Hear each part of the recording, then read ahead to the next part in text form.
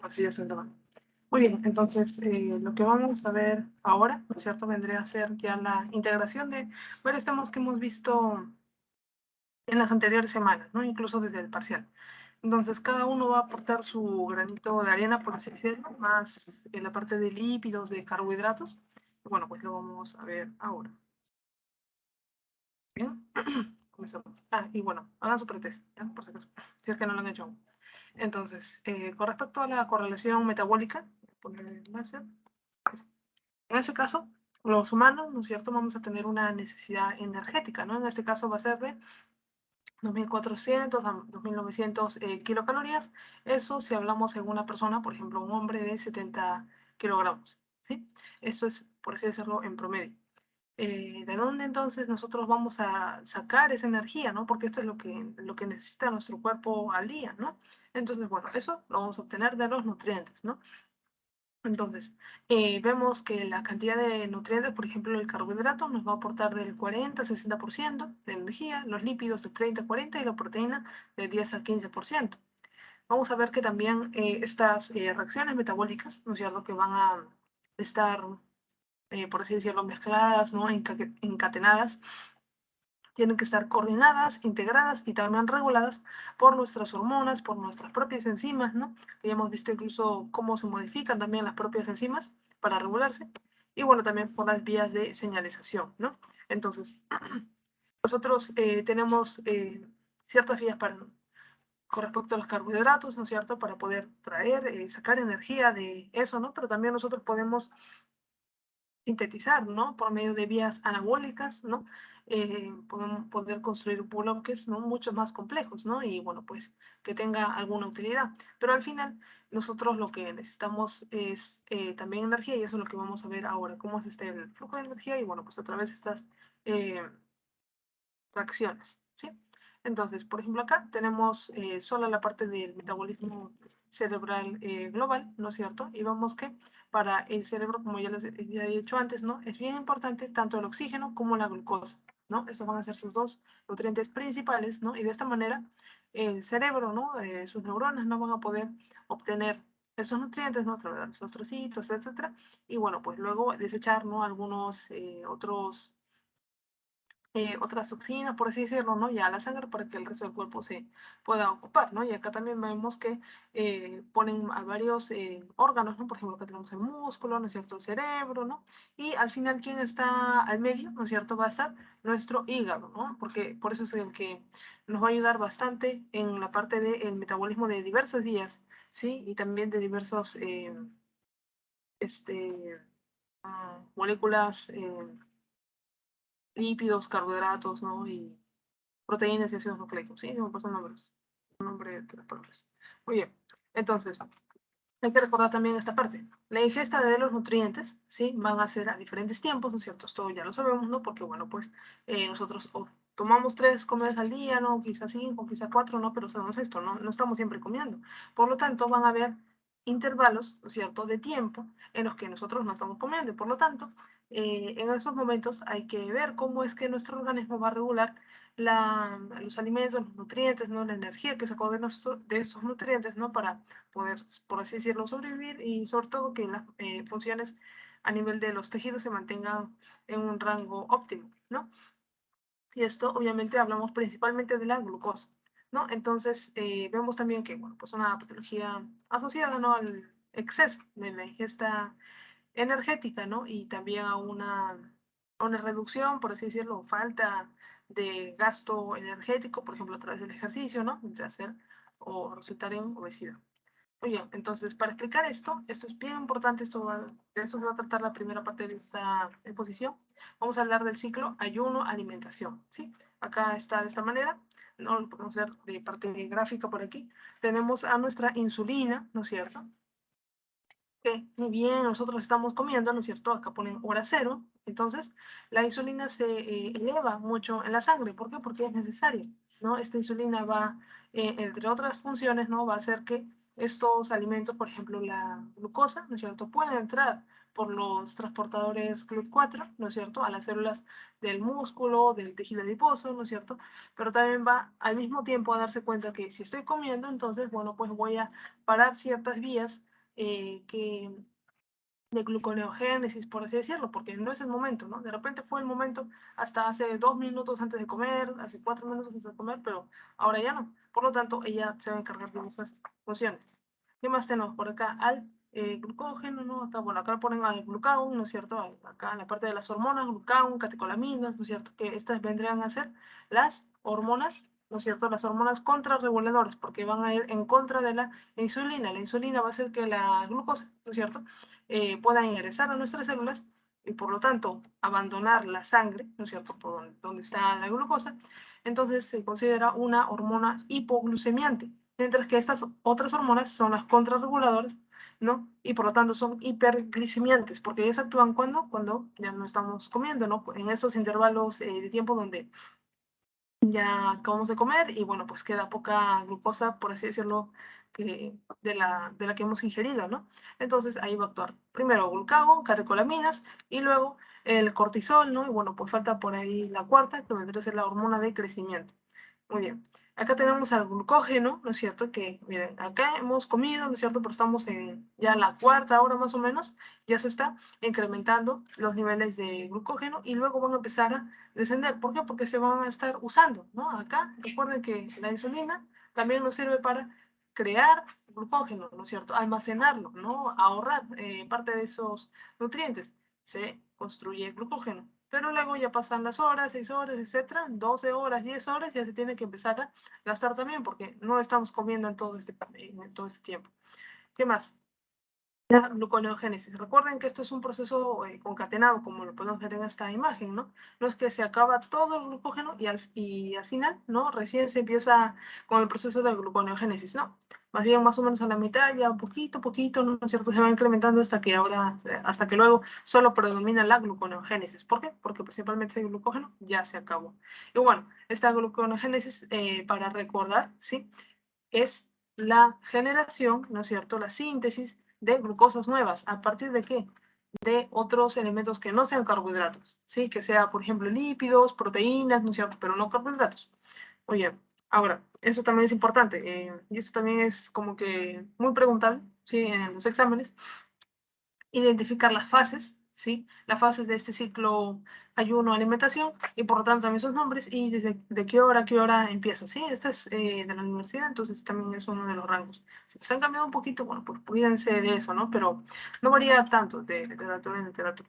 Muy bien, entonces la parte de la fase 1, sí, vendrá a ser la fase postprandial, esta parte, desde las 0 hasta las 4 horas que hemos empezado a ingerir nuestros alimentos, ¿no? Luego tenemos la fase 2, también llamada fase postabsortiva, ¿no es cierto?, que va desde las 4 hasta las 12 horas, ¿no? Y acá, con este grafiquito al costado, uno puede darse cuenta, ¿no?, qué es lo que está pasando y por qué también se llaman de esta manera. Si es postabsortiva, ¿no es cierto?, ¿qué significa? Que no solo ya ingresó la comida a nuestra boca, a nuestro organismo, no solo también ya se digirió, sino que también ya pasó a la absorción, ¿no es cierto?, que es la absorción, el ingreso de estos nutrientes, ¿no es cierto?, al intestino y luego ahí cerquita nada más a la sangre, ¿no? Eso es la parte de la absorción, ¿no? Que llega al intestino, ¿no? Y bueno, pues ya pueda continuar su camino y bueno, pues llegar de manera exógena a estar ya dentro de nuestro organismo, de nuestro compartimento central, que es la sangre.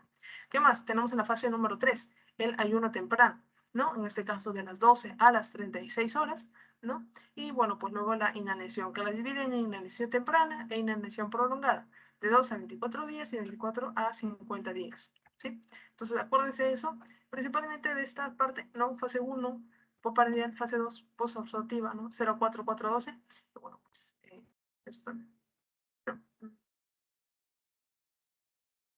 Esto también es importante. Son algunas tablitas que ya más o menos que le hemos visto, pero acá justamente se las vuelven a colocar en sus clases teóricas porque es importante. En este caso, tenemos nuestra pérdida diaria al finalizar el periodo, ¿no es cierto? Y esto se va a medir en kilocalorías. En este caso, nosotros tenemos el metabolito, por ejemplo, las grasas, ¿no? Nuestra pérdida diaria a las 12 horas, ¿no es cierto? Al terminar este tiempo, vendrá a ser de 1200, ¿no? Carbohidratos 200 y proteínas 300. Pero a los 8 días, ¿cómo va a ser eso? ¿No es cierto? ¿Cómo va a resultar esa pérdida? Vamos a perder más o menos 1400, ¿no? Carbohidratos 0, ¿no es cierto? Y proteínas 200. Y luego ya a los 40 días, ¿no? Es 1350, carbohidratos siguen 0, ¿no es cierto? Y proteínas en 75, ¿no? ¿Y esto por qué? Porque en este caso los carbohidratos primero ya se acabaron, ¿no? De lo único que vamos a estar dependiendo a los 40 días, ¿no? Va a ser de la parte de la gluconeogénesis, ¿sí? Y bueno, pues como les repetí la definición, ¿no? Es generación de estas glucosas, ¿no? A partir de otras cosas que no son carbohidratos, ¿ya? Entonces, no hay, está produciendo glucosas a partir de otras cosas, otros elementos, ¿no? Otras biomoléculas, que era la palabra que falta en la primera diapositiva. Muy bien, entonces, al final, si se dan cuenta, ¿no es cierto? Vamos a estar dependiendo casi todo, ¿no es cierto?, de las grasas, ¿no? Miren cómo de 8 a 40 días varió muy poco, porque este es nuestro fuerte, ¿ya? Para la parte del ayuno. Y luego también las proteínas un poco, ¿no? O sea, que se degradan, sí, ¿no es cierto? Pero, ¿por qué las proteínas? Y acá lo pongo explícitamente, ¿no es cierto? ¿Por qué van a aportarlos tan poco, ¿no? En este caso, porque siguen siendo importantes para nuestro organismo. Si bien es cierto, nosotros cuando hay ayuno, ¿no? Vamos a tener que sacar lípidos, proteínas y carbohidratos, ¿no? Incluso hay una escala en ello, ¿no? La grasa vamos a sacar más grasa, por así decirlo, para que nos ayude energéticamente que proteínas, porque es una molécula o un grupo de biomoléculas muy importantes, así que no las vamos a usar todas para nuestra energía, pese a que estamos en ayuno, ¿sí? O sea, sí se van a usar, pero poco, porque va a tener otras funciones. Muy bien. Y con respecto, por ejemplo, acá a los niveles de los sustratos, ¿no? O las hormonas en la sangre según nuestro estado nutricional. Acá tenemos una persona que está bien alimentado, luego esa misma persona, pero 12 horas después de la absorción, luego en el ayuno, ¿no es cierto?, de 3 días y finalmente en la inanición cuando son 5 semanas, ¿no? Entonces acá vemos, por ejemplo, la insulina glucagón, ¿no es cierto?, que son estas hormonas. Glucosa, carbohidrato, ácidos grasos, acetoacetato y beta-hidroxibutirato son lípidos. Diferenciamos ácidos grasos de estos otros dos, que son cuerpo cetónico. Muy bien. Ahora sí, hay que entender bien esta tablita. En este caso, miren cómo es que cuando uno está bien alimentado, ¿no? Hablando de la insulina, ¿no? Está alto, 40, pero luego empieza a disminuir hasta que luego ya no hay nada, ¿no es cierto? Porque no vamos a depender de esta insulina. Esta insulina va a ser cuando nosotros estamos ingiriendo alimento, ¿no? En esos momentos se va a elevar, pero no estamos ingiriendo nada, entonces no. El que se va a elevar va a ser el glucagón, porque él va a decir, oye, falta glucosa en nuestra sangre, ¿no es cierto? Entonces, nuestros tejidos no van a soportar mucho, entonces hay que realizar ciertos mecanismos, ¿no es cierto?, para que le pueda llegar suficiente glucosa, sea de la manera que sea, ¿no? A estos tejidos, ¿no? Primero por glucogenolisis y luego por gluconeogénesis. Entonces, esta se eleva de 80, ¿no es cierto? Está normal, luego 12 horas después de la absorción ya está en 100, ¿no es cierto? Porque acá no está comiendo nada, después 150 y luego 120. ¿No? Acá disminuyó un poco, pero sigue elevado, ¿no? Para hacer 5 semanas, de 3 a 5 semanas, sigue elevado. Entonces, esta es la diferencia que quiero que noten. Luego acá también tenemos a la glucosa, ¿no? Obviamente está muy bien alimentado, 6.1. 12 horas después, 4.8, ¿no? En este caso, luego tenemos acá el ayuno, ¿no es cierto? Disminuyó a 3.8, ¿no? Pero 3 días después, ¿no? Disminuyó, sí, pero un poco, ¿no? Esto recuerden que esta disminución, por ejemplo, fue solo en 12 horas, ¿no? En cambio, acá estamos hablando de 3 días. Y bueno, pues acá tenemos la inanición que casi nada ha disminuido, ¿no? Luego de 5 semanas casi nada. ¿Y esto por qué? Justamente es por estos mecanismos, ¿no?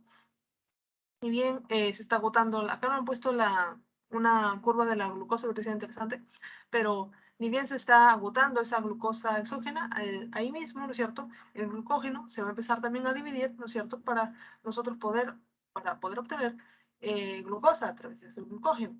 Y si no, luego de la gluconeogénesis, ¿no? Entonces, eso es lo que está pasando. Esa es la razón por la cual después de 5 semanas sigue la glucosa en 3.6, ¿no? O en 3.8 a los 3 días.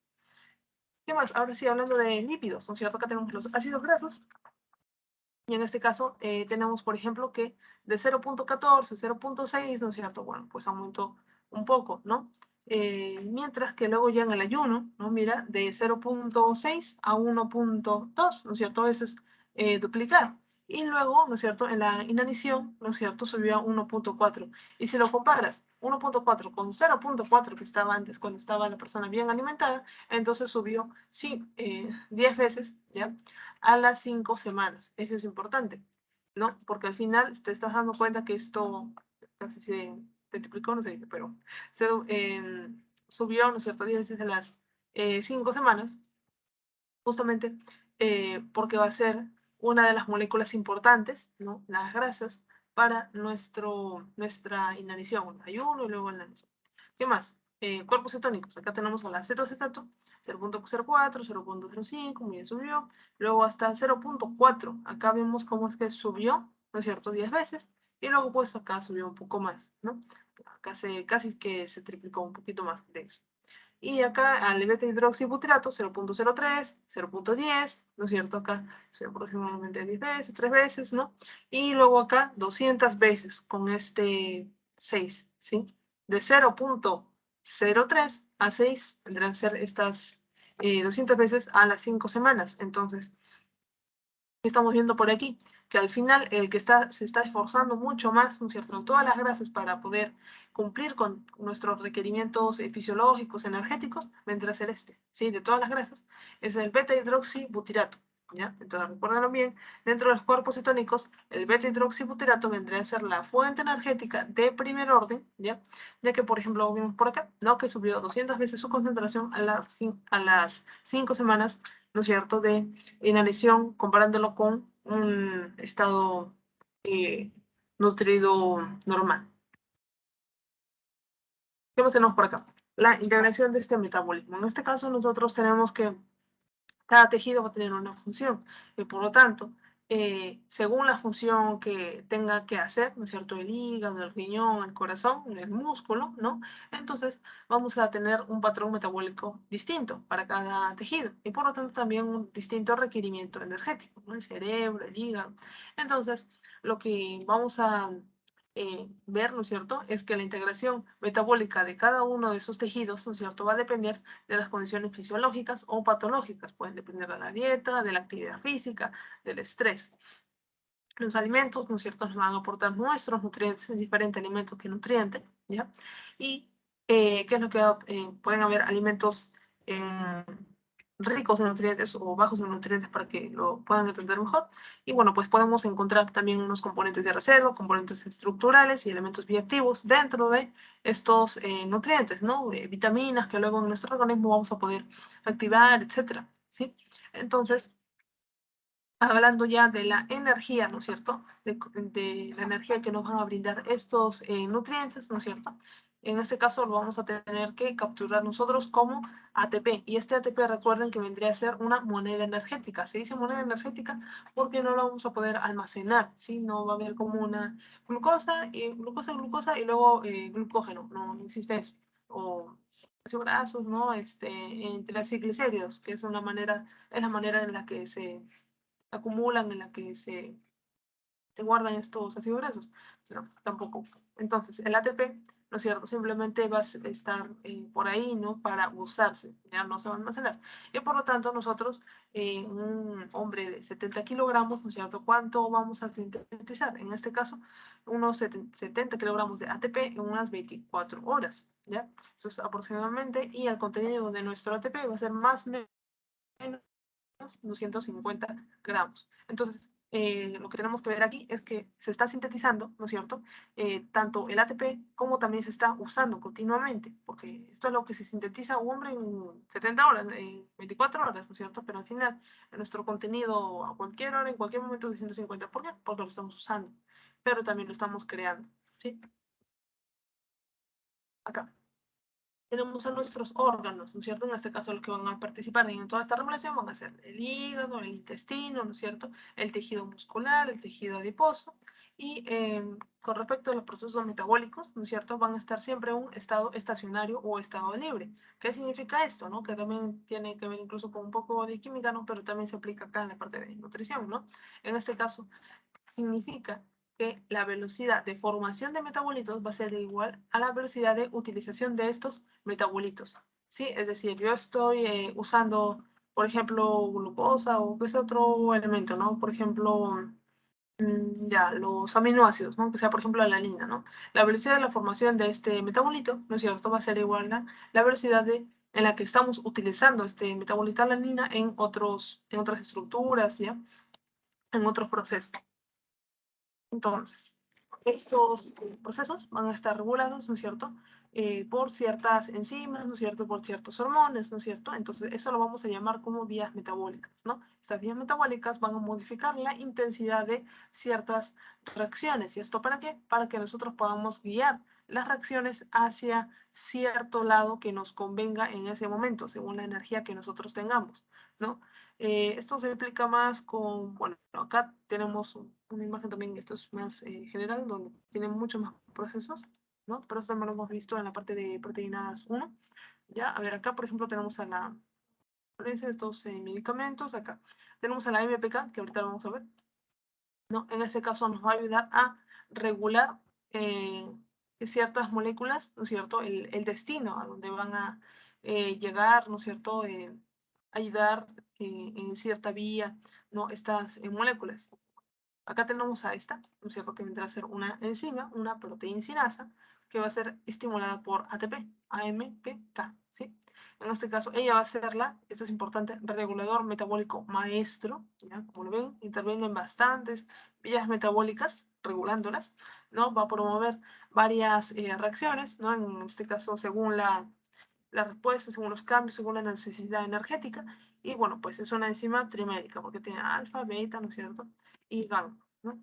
Pero antes les quería mostrar esa parte de proteínas 1 para recordar como la parte de esta acá al final. Ajá, acá está. No, acá tenemos a la glutamato deshidrogenasa, ¿no? ¿No se acuerdan? Esta es la tercera reacción del alfa-cetoglutarato, forma glutamato, ¿sí? Y haciendo que este grupo amonio, ¿no es cierto?, se junte con él y esté dentro ya, del glutamato. Entonces, acá vemos que esta es una reacción doble, ¿no? Puede ir hacia la izquierda, a la derecha, ¿no? ¿Y de qué depende, ¿no es cierto?, de que vaya a la izquierda, a la derecha. Bueno, pues depende de esto, de estos reguladores, ¿no? En este caso, si hay bastante ATP y GTP, es decir, estás en buenas condiciones energéticas, ¿no es cierto?, tus células, entonces, esos van a ser efectores positivos para formar glutamato, o sea, para ir hacia este lado, que vendrá a ser el lado de las proteínas, ¿no? De generar proteínas, etc. Mientras que si hay bastante ADP, GDP, etc., significa que no hay tantas buenas condiciones energéticas en la célula. Entonces se va a ir o se va a regular esta enzima, glutamato deshidrogenasa, para ir hacia el otro lado, ¿no es cierto? En este caso generar alfa-cetoglutarato, etcétera, ¿no es cierto? Porque esto al final nos va a ayudar con la parte del ciclo de Krebs, ¿no es cierto? Y el ciclo de Krebs es parte de la respiración celular que nos va a dar energía, que es lo que nos está faltando. Bien, entonces de eso depende, ¿no? Esta parte, ahora vamos a ver con la AMPK, ¿ya? En este caso va a ser el regulador maestro de varias vías metabólicas, ¿no? Acá tenemos que llevar participar en la homeostasis energética. Y esto también es súper importante. Homeostasis, ¿no es cierto? Energética va a tener que ver con nuestro metabolismo, ¿no? Recordemos que nosotros tenemos un anabolismo y catabolismo. Anabolismo es generar partículas mucho más simples, ¿no es cierto?, de algunas complejas, mientras que el anabolismo vendrá a ser sintetizar, construir, ¿ya? A partir de moléculas simples, generar moléculas complejas. ¿Cómo lo vamos a hacer, no? En este caso, ¿cómo se relaciona eso que estoy diciendo con la MPK? En el caso de la MPK, cuando se va a activar, más bien, cuando las vías metabólicas, para la MPK va a activar vías metabólicas que generan ATP, es decir, que son catabólicas, mientras que va a inhibir las vías de biosíntesis, es decir, anabolismo. Entonces, la MPK va a estar a favor de las vías catabólicas que generan ATP, mientras que las que usan ATP, que es esta, las de biosíntesis, no, va a estar en contra y bueno, pues las va a inhibir. Entonces, ¿cómo es que se activa, ¿no es cierto?, esta enzima? Bueno, tenemos dos formas, tenemos la fosforilación de la treonina 172, ¿ya? Y bueno, pues acá tenemos estos factores que nos van a ayudar justamente a fosforilarlo, ¿no? Acá tenemos la LKB1, ¿no es cierto? La TAC1, ¿no? O también a la KMKK beta, ¿no es cierto? O también lo podemos hacer por una elevada relación intracelular de AMP-ATP, en este caso. ¿Qué significa? Esta es una fracción, ¿no es cierto? Si yo pongo, bueno, pues no, a ver, simplemente, si el numerador ya es mucho más grande que el denominador y va creciendo solo el numerador, ¿sí? Va creciendo, primero pones 2 sobre 1, por ejemplo, ¿no? O mejor que el de abajo sea 2. El de arriba es 2 y luego aumenta a 4 y luego a 6 y luego a 8 y luego a 10 y luego a 100, etc. ¿Qué significa? Que al final el resultado de esa fracción va a ser también incrementado, va a estar incrementándose, ¿no es cierto? 2 entre 2 es 1, ¿no? 4 entre 2 es 2, ¿no? 100 cuando se eleva a 100 el numerador, entre 2 entre 50, es decir, se elevó el cociente, ¿no? El resultado de esta división de 1 a 2 a 100, ¿no? Entonces, ¿qué significa? Que hay una elevada relación intracelular. En este caso, ¿cómo va a haber una elevada relación? Cuando este numerador sea bastante. ¿Y cuando hay bastante AMP a comparación del ATP? Justamente cuando nos falta energía. Entonces, ¿qué es lo que vamos a querer? Activar metabólicas que nos generen energía, ¿no es cierto? ATP.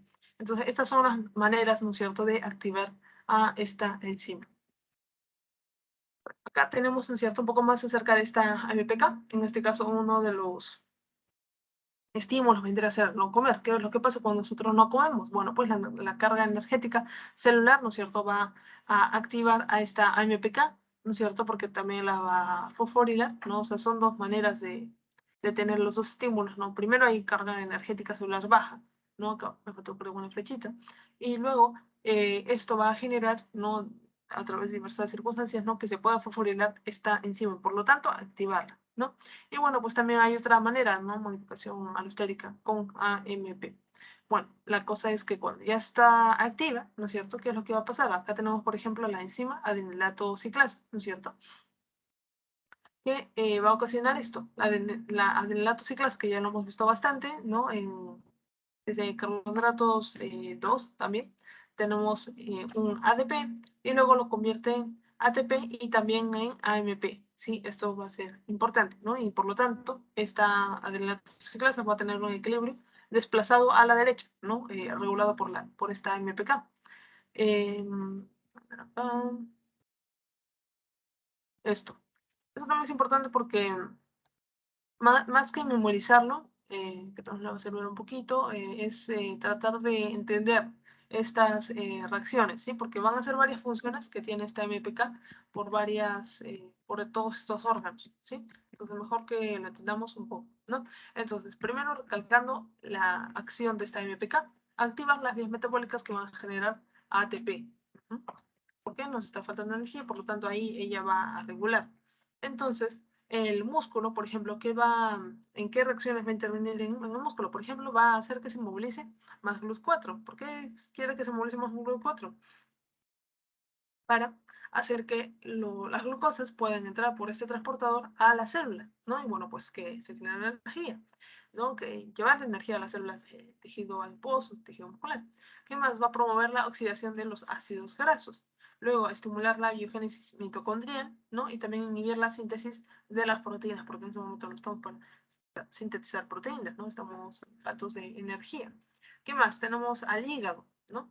En este caso va a estimular la captación de glucosa, inhibe la gluconeogénesis, ¿no? Va a estimular la oxidación de ácidos grasos, ¿no? También inhibir la síntesis de colesterol y de ácidos grasos, ¿no es cierto? Porque acá lo que se quiere más que sintetizar, ¿no es cierto?, va a ser romper, ¿no es cierto?, ese colesterol, romper esos tres triglicéridos en ácidos grasos para exportarlos en la sangre y, bueno, que puedan tener energía, ¿no? Y, bueno, pues también inhibir la síntesis de proteínas.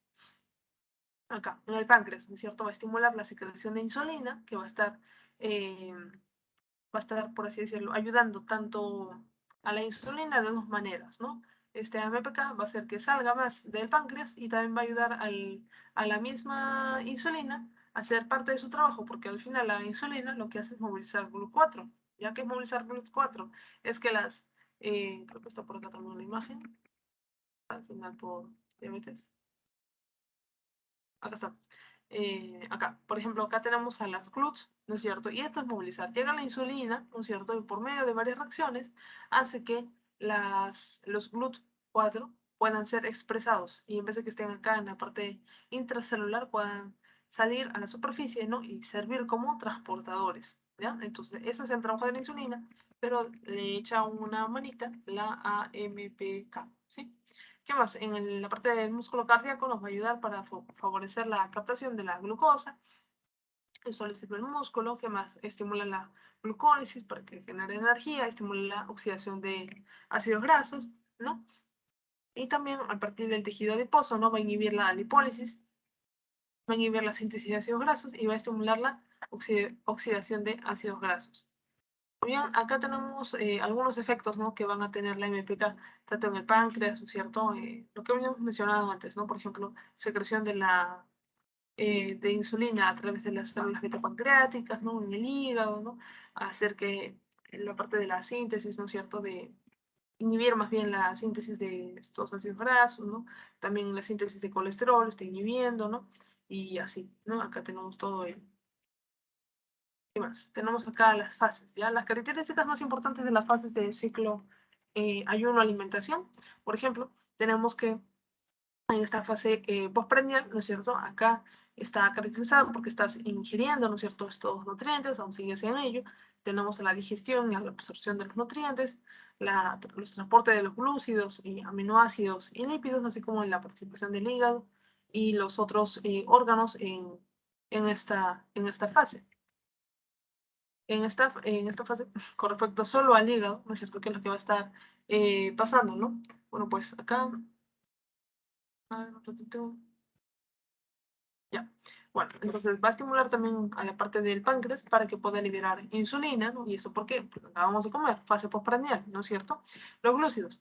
Lo que va a hacer es activar la vía glicolítica, la vía de las ventosas, el ciclo de Krebs, etcétera, ¿no es cierto? Toda esta parte de la síntesis de triglicéridos, ¿no es cierto? Todo esto se va eh, activar la parte de los aminoácidos, ¿no? También va a haber una síntesis de proteínas y de urea, ¿no es cierto? Porque, bueno, pues estamos consumiendo también proteínas, ¿no? Y recuerden, ¿no es cierto?, que la síntesis de urea, ¿no es cierto?, va a ser dependiente a la ingesta de proteínas, ¿cierto? Más consumo de proteínas va a ser más producción de urea, ¿no? A través del ciclo de la urea. Y bueno, pues con respecto a los ácidos grasos, ¿no es cierto?, acá también va a haber una síntesis de estos triglicéridos, ¿no? Sobre todo la parte de alargación y de saturación. Muy bien, esto, con respecto a la parte postprandial, entonces vemos al final que todos estos, o la mayoría, ¿no es cierto?, vendrán a ser procesos biosintéticos, ¿no? Que sea lo único que no es biosintético, vendrá a ser la vía glucolítica, ¿no es cierto? Pero acabamos de comer también, ¿ya? Entonces, por eso es importante, ¿no? No vamos a empezar a romper ahorita, ¿no es cierto?, el glucógeno, no vamos a empezar a romper nada, sino estamos construyendo, ¿no? Acabamos de comer, hay que construir todo lo que podamos, triglicéridos, glucógeno, ácidos grasos, colesterol, etcétera. Entonces, eso, recuérdenlo. Acá tenemos al tejido adiposo, ¿no? Por ejemplo, ¿qué acción va a tener en esta fase? Por cierto, bueno, pues va a aumentar esta captación por los GLUT4, ¿no es cierto? Pues vamos a comer, que entre la glucosa, va a haber una inducción de la lipasa lipoproteica y la captación de ácidos grasos, ¿no es cierto? Esto lo hemos visto, ¿no? ¿En dónde? En la parte de lípidos 1, ¿no es cierto? Esta enzima, ¿no es cierto?, con su parte extracelular, ¿no es cierto?, que va a ayudar a que los kilomicrones, ¿no?, que están pasando por ahí, pueda tener contacto con esta enzima, ¿no es cierto?, porque lo activa su ApoB48 del kilomicrón, y bueno, pues pueda, no, es la ApoE, ¿sí? La ApoE del kilomicrón va a hacer que se active esta enzima, y esta enzima va a rebanar al kilomicrón, y va a hacer que los ácidos grasos se queden acá en el tejido adiposo, mientras que el glicerol se vaya por ahí en la sangre, ¿no es cierto? Y que, bueno, pues a través de la sangre llegue al hígado para cumplir lo que tenga que cumplir luego, ¿no? Como la gluconeogénesis cuando se requiera, ¿no? Acá tenemos a la síntesis de los triglicéridos, ¿no es cierto? Obviamente que estamos tejido adiposo, tenemos que construir, ¿no es cierto?, procesos biosintéticos. En el tejido muscular también hay captación por el GLUT4, glucólisis, ciclo de Krebs, síntesis de glucógeno. O sea, queremos ahorrar, ¿no es cierto?, pero también hay que brindar un poco, hay que comer con lo que acaba de llegar, ¿sí? aminoácidos, síntesis de proteínas, ¿no? Porque luego, cuando se hacen ayuno, va a haber síntesis también, pero mínima, ¿no es cierto? No va a ser algo principal, entonces acá hay que aprovechar. Cerebro, captación por los GLUT1. Sí, recuerden que los GLUT1 y los GLUT3, ¿sí? Tienen que ver con la parte de la barrera hematoencefálica, ¿sí? Y por lo tanto con todo el sistema nervioso central. Uno de ellos es el cerebro. Obviamente, con respecto a la glucosa, ¿no? Va a activar la vía glicolítica, ¿no es cierto? En el ciclo de Krebs, etc.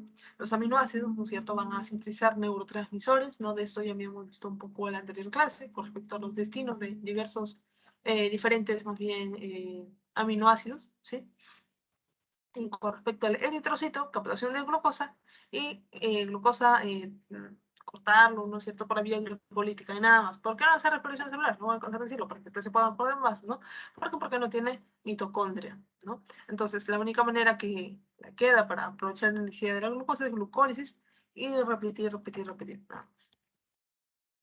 Acá, por ejemplo, ya estamos en la parte postprandial, ¿no? Y esto es más o menos un resumen de lo que va a pasar, ¿no es cierto? Glucosa, piruvato, ¿no? Todo esto es respiración celular, pero también vamos a ver que al mismo tiempo no solo esto es metabolismo de carbohidratos, ¿no? Sino que también se van a ir formando ácidos grasos, colesterol, grupo hemo, urea, ¿no es cierto? Todo ello, ¿no? Porque estamos comiendo, no solo eso, sino también proteínas, ¿no? Y si no, acá también se tiene que regular la parte eh, de los aminoácidos, ¿no? Los grupos amino que tienen ellos.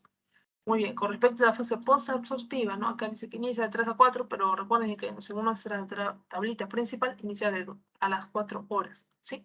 En este caso, la glicemia se va a mantener principalmente ¿por quién? Por la glucógeno lisis, por romper al glucógeno hepático, ¿sí? Porque recuerden que también en la clase de carbohidratos 3 hablamos del glucógeno y no solo hay en el hígado, ¿no es cierto? También hay en el músculo, incluso mucho más que en el hígado. Pero él no es que sea egoísta, ¿no? Pero lo requiere, ¿ya? Para su propio trabajo, para él mismo. Entonces, el que va a regular el glucógeno para todo el organismo, recuerden que va a ser el hígado, pese que es el segundo puesto, ¿no? El músculo tiene un poco más de glucógeno. Muy bien. Y bueno, acá tenemos a nuestra gluconeogénesis, ¿no es cierto? Se va a incrementar un poco, ¿no es cierto? Se va a realizar con los aminoácidos que están llegando, ¿no?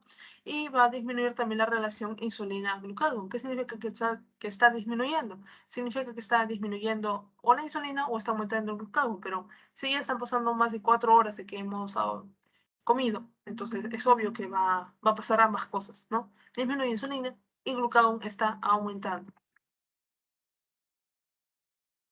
Bien, acá tenemos a una liberación, en este caso de los ácidos grasos, por parte de el tejido adiposo, ¿no es cierto? Miren, acá está, ácido graso, glicerol, ¿no? Ambos se van a ir liberando, ¿no? También se va a estimular el sistema adenilatoxiclaso de glucagón, ¿no? ¿Eso qué es? ¿No es cierto? Es la manera en la que se activa o tiene acción el glucógeno, ¿ya? Voy a buscarlo un ratito para que ustedes lo puedan recordar. Están carbohidratos 3, no me equivoco. 2, para que lo puedan observar. Vamos a ir en 3. Acá.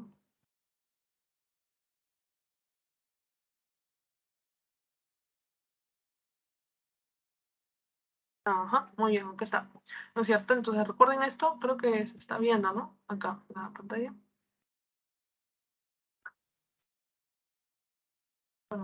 Para compartir pantalla completa. Asegurando.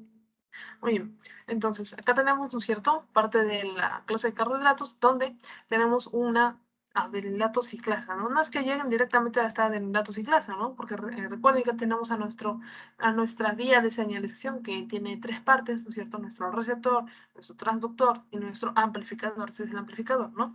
Y bueno, pues acá lo que tenemos es la acción de diversas hormonas que llegaran a tener conexión con adeninato ciclasa, ¿no? Por esa vía de señalización. Si llega la insulina, bueno, pues simplemente la inhibe, por lo tanto no pasa nada de lo que sigue.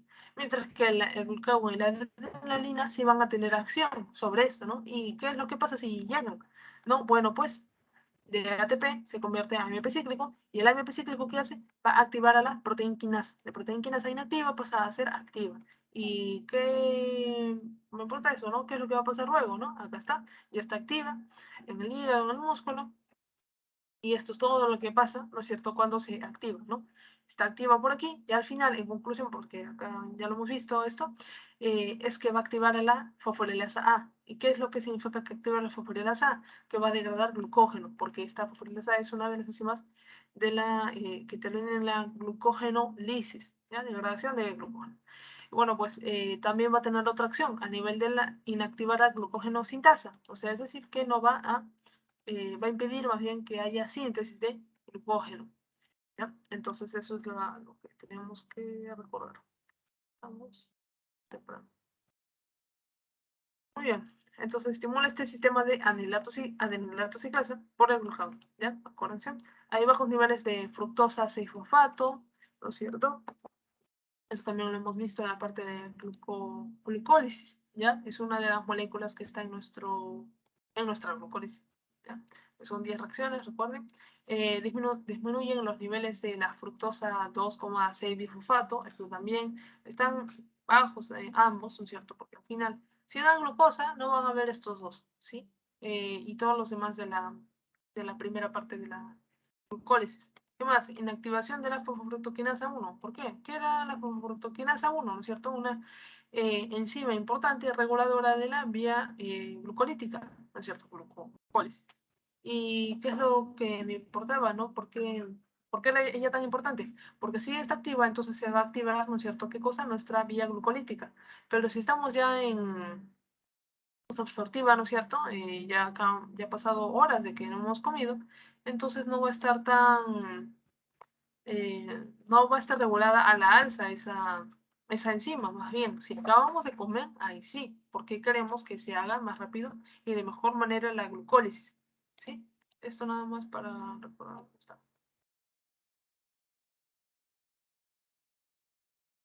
Ajá, acá está la fosfofructoquinasa, ¿ya? Estas eran las enzimas reguladoras, tenemos a la exoquinasa también, y luego a nuestra piruvato quinasa, ¿ya? Acá está cómo se regula la glucólisis, ¿sí? Esto repásenlo, y bueno, pues acá van a ver que por ahí están las moléculas que les mencionaba al inicio, ¿no? Que también están bajas. Obviamente no hay glucosa exógena. Tenemos acá, disminuye, inactivación de esta FFK1, reduce la actividad de la vía de las pentosas, y bueno, pues disminuye también la síntesis de los ácidos grasos. Ya no estamos para sintetizar ácidos grasos, sino para usarlos, ¿no? ¿Por qué? Porque en esta fase vamos a hacer principalmente glucogenólisis, pero también iniciamos con un poquito de la gluconeogénesis, ¿no es cierto? Como hemos visto en esta parte, ¿no es cierto? Bien. A partir de la 6, 7, octava hora ya se está iniciando un poquito a poquito, ¿no? Pero aún no dependemos de eso. Bien, ahora sí, ayuno temprano, ¿no? En este caso ya eh, a las 16 horas de ayuno, ¿no? Como tal, ya estamos dentro, ¿no? Pero según nuestra rentabilidad sería 12, ¿no? 12 horas luego de que no hemos consumido nada más. Entonces, acá, ¿qué es lo que va a pasar? Tenemos principalmente el gluconeogénesis y también la glucogenólisis, ¿no? Esto va a contribuir con el 50% de mantener nuestra glicemia. El recambio, ¿no es cierto?, de las proteínas va a continuar, ¿no es cierto?, va a estar estimulada por el cortisol, que ¿quién es? Una de las hormonas contrarreguladoras también, ¿sí? Con respecto a las transaminasas, ¿no es cierto?, para los aminoácidos valina, isoleucina, leucina y la alanina aminotransferasa, ¿no es cierto?, van a hacer que se formen alanina, ¿ya? O sea, todas ellas van a, por medio de la transaminación que hemos visto también, si no ahorita lo pongo, van a generar la alanina en el hígado para que forme glucosa. Entonces, esto, sobre todo los resultados, esto sí lo deben conocer, ¿no es cierto? Porque esto es prácticamente gluconeogénesis. De alanina, ¿no es cierto? Uno de los aminoácidos importantes para la glucogénesis en el hígado puede llegar a ser glucosa, ¿no es cierto? Por una vía de no carbohidratos, ¿no es cierto? Entonces, un poco acá las proteínas 1 que les mostré, ¿no? ¿Dónde está? Con nitrógeno, transaminación, esto no, acá está, ¿no es cierto? Estas son nuestras tres principales reacciones de los aminoácidos: desaminación, transaminación, descarboxilación. Y acá vemos cómo es que, por ejemplo, acá tenemos a nuestra transaminación, cualquier aminoácido, ¿no es cierto? Puede transaminarse, bueno, eso no es lo que quería decir, o sea, sí, pero mejor estén acá, por ejemplo. Acá tenemos en nuestro músculo, ¿no? Toda la isoleucina, valina, treonina, etcétera, puede convertirse en glutamato y luego en alanina, ¿no es cierto? Esto va a ser importante porque luego al botarlo a la sangre, este músculo, ¿no es cierto? El hígado, ¿no es cierto? Puede utilizar esta alanina, ¿no es cierto? Para la gluconeogénesis, ¿ya? Eso es importante. Si no, también acá vamos a ver, recordar esa parte, porque preguntan o si no nos tienen que tener ahí en sus mentes. A ver, acá está la gluconeogénesis. Esta vendría a ser los tres precursores importantes, ¿sí? Aminoácidos, principalmente la alanina, lactato y glicerol, ¿ya? Esto vendría a ser representante de las proteínas, representante de las grasas, porque las grasas es al final ¿de qué se conforman? De glicerol más ácidos grasos. Y bueno, pues el lactato. Y el ácido graso no va a intervenir en la generación de glucosa, ¿no? Sí, pero indirectamente, ¿no? Hemos visto también por ahí que va a hacer que, está la imagen acá, que pueda regular, ¿ya? Por acá están los ácidos grasos, ¿no? Va a regular, etcétera, va a generar cuerpos tónicos, ¿no es cierto? Pero el que va a formar parte de directamente va a ser el glicerol, ¿no es cierto? Directamente se convierte en glucosa, ¿no? A través de ciertos pasos. Muy bien. Entonces, ahora yéndonos otra vez a la integración, acá está, hacemos esto. Luego dice que en el hígado, ¿no es cierto? El esqueleto carbonado, ¿no es cierto? De los aminoácidos va a formar glucosa y el grupo amino va a formar urea, ¿no? Esto también es muy importante porque justo lo hemos visto la semana anterior, ¿no es cierto? Recuerden que ese es el mecanismo, ¿no? Nuestro cuerpo, ¿no es cierto?, es sabio y cuando nosotros tenemos, por ejemplo, un aminoácido, ¿no? Y podemos seguir usándolo, ¿no? Entonces vamos a decir, ya, el nitrógeno, ¿no es cierto?, que tiene el aminoácido, ¿no? Porque recuerden las partes esenciales del nitrógeno, nosotros, ¿no es cierto?, por biología, y si no lo hemos repasado un poco en proteínas 1, el nitrógeno se va a ir a formar urea, porque en exceso puede ser dañino, ¿no? Mientras que el esqueleto carbonado va a servir para formar glucosa, ¿sí? Bien, ácidos grasos por prender.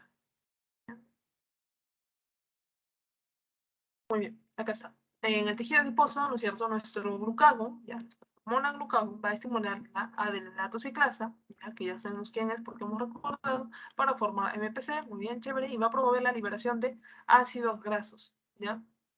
Al final, lo que te está diciendo es que este glucagón va a hacer que va a estar desesperado, ¿no es cierto? Va a estar tocando a todas las puertas de todos los tejidos y llega al tejido adiposo. ¿Tienes algo con lo que acordar? Sí, ácido graso, muy bien, lo sacamos. ¿Para qué? Para que esté en la sangre y pueda utilizarlo el hígado, ¿no es cierto? Para generar glucosas y para que los ácidos grasos también puedan llegar a los tejidos, etcétera, ¿sí? ¿Qué más? En el corazón. Tejido muscular e hígado van a captar ácidos grasos, ¿no es cierto? Porque al final ya estamos en ayuno temprano, no vamos a eh, solo nutrirnos de la glucosa, ¿no? También ya de los lípidos. Acá tenemos ácidos grasos, ¿no? Estos van a ser degradados, por eso se llama beta oxidación. El hígado, ¿no es cierto? Van a haber una oxidación de ácidos grasos, ¿no? En el cual va a formar cuerpos cetónicos, ¿no? Y esto va a ser muy importante también, los cuerpos cetónicos, porque luego, si se dieron cuenta al inicio, había uno que se llamaba beta hidroxibutirato, del cual vamos a depender bastante. Estos cuerpos cetónicos ya sabemos que no los va a usar el hígado. ¿Por qué no? Porque no tiene la enzima tiofurasa, ¿no? Para poder degradar los cuerpos cetónicos, para hacer cetólisis, ¿sí? Solo puede sintetizarlo, ¿no? Y que el resto de tejidos los use, ¿no? Pero sí van a ser usados por el corazón y en el tejido muscular, ¿no? Y bueno, los demás tejidos también. ¿Qué más? Tenemos la inanición temprana, ¿no es cierto? Acá tenemos de 3 a 5 días, ¿no? Pero acá un poco esta parte, ¿no es cierto? Acá es de 2 a 24 días, ¿no? Ahí te nombran numeritos que están en medio, ¿no? Pero para recordar, de 2 a 3 días, a 24 días. Ya está. Entonces, ¿qué es lo que va a pasar al cerebro?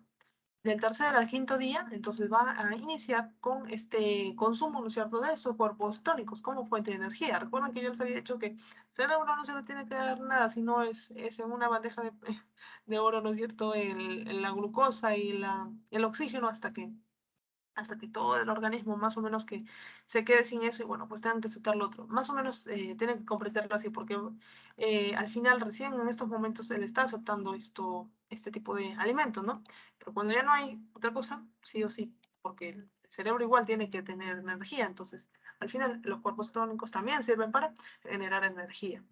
¿Qué más? El proceso gluconeogénico, ¿no? En este caso la gluconeogénesis, ¿no? Después de 2 días va a iniciar en un pequeño descenso, ¿no? Va a haber un incremento de los cuerpos cetónicos, ¿no es cierto? Como su utilización, porque al final va a ser el favorito, ¿ya? Los cuerpos cetónicos en esta inanición, ¿no? Y bueno, pues ya de 18 al 20 días, ¿no es cierto? El cerebro va a tener como preferencial a estos cuerpos cetónicos, ¿no? Al final se tuvo que acostumbrar, ¿no es cierto? Pero eso no es bueno, así que ustedes, por favor, alimentense a su buena, ¿ya?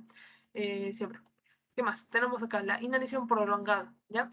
Con respecto ya luego de los 24 días, ¿no es cierto? Tenemos que la adaptación del cerebro, ¿no es cierto? Va a continuar con respecto a los cuerpos cetónicos, ¿no es cierto? Los aminoácidos que vienen del tejido muscular, del tejido graso, adiposo, etcétera, no van a mantener la glicemia, ¿no? Ni las necesidades energéticas. Entonces, ¿quién nos va a ayudar bastante ahí? Nuestro chocma, nuestra chapulín colorado, etcétera, vendría a ser este, ¿sí? Beta-hidroxibutirato. Ya el beta-hidroxibutirato vendrá a ser de los cuerpos cetónicos el principal porque nos va a ayudar a regular nuestros niveles de energía ya en esta inanición prolongada también, ¿no? Y bueno, pues esto va a ser importante. Ya. Muy bien, acá tenemos la primera parte.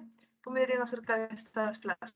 Dice, la AMPK activa las vías catabólicas o anabólicas. Eso lo queda poco. Las vías catabólicas. Ajá, ¿no es cierto? Porque este regulador maestro, esta enzima, ¿no es cierto? No, se va a encargar de activar las vías que le den energía. ¿Ve alguna vía que le dé energía, que genere energía? Entonces ahí ya la apoya, ¿no es cierto? Muy bien. Catabólica. También está, pero no, igual está bien. ¿Cuánto dura la fase post-absortiva?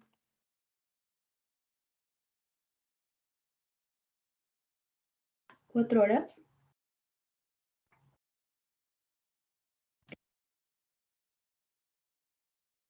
Ya, la postprandial es la primera, ¿no es cierto? Esa es de 0 a 4 horas. Y la otra era de 4 a las 12 horas, ¿no? Si no la vamos acá. Está, igual, en 4 o 12 horas, ¿no es cierto? Entonces, en total serían 8 horas, ¿no? Pero mejor siempre recuérdense estos numeritos, porque la resta ustedes lo pueden hacer, ¿no? La cosa es que tengan estos números presentes. ¿Está? A ver, acá dice, cuerpo cetónico, que es la fuente de energía de primer orden en el ayuno. El beta-hidroxibutirato. Ajá, muy bien, excelente. Y la última pregunta, ¿en qué día el cerebro empieza a captar cuerpos cetónicos como alimento?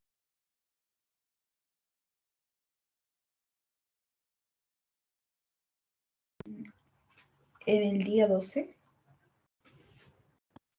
De 18 a 20. Claro, acá está, por aquí, 16 horas, acá está. Desde más o menos el tercer a quinto día, ahí inicia a captar como fuente de energía, ¿no? O simplemente le pueden recordar como ya inanición temprana, ¿no? Que ahí comienza, ¿no? Y luego ya es su alimento favorito del cerebro, ¿no? Eso para recordar que durante el resto de días, o sea, primer y segundo día, o sea, que son varias horas, ¿no es cierto? ¿De qué estaba alimentándose? De glucosa, pero ya no consumía glucosa, gluconeogénesis, ¿no es cierto? Eso, ¿ya? Y bueno, pues ahí estaría. Ahora vamos a hablar de algunas patologías.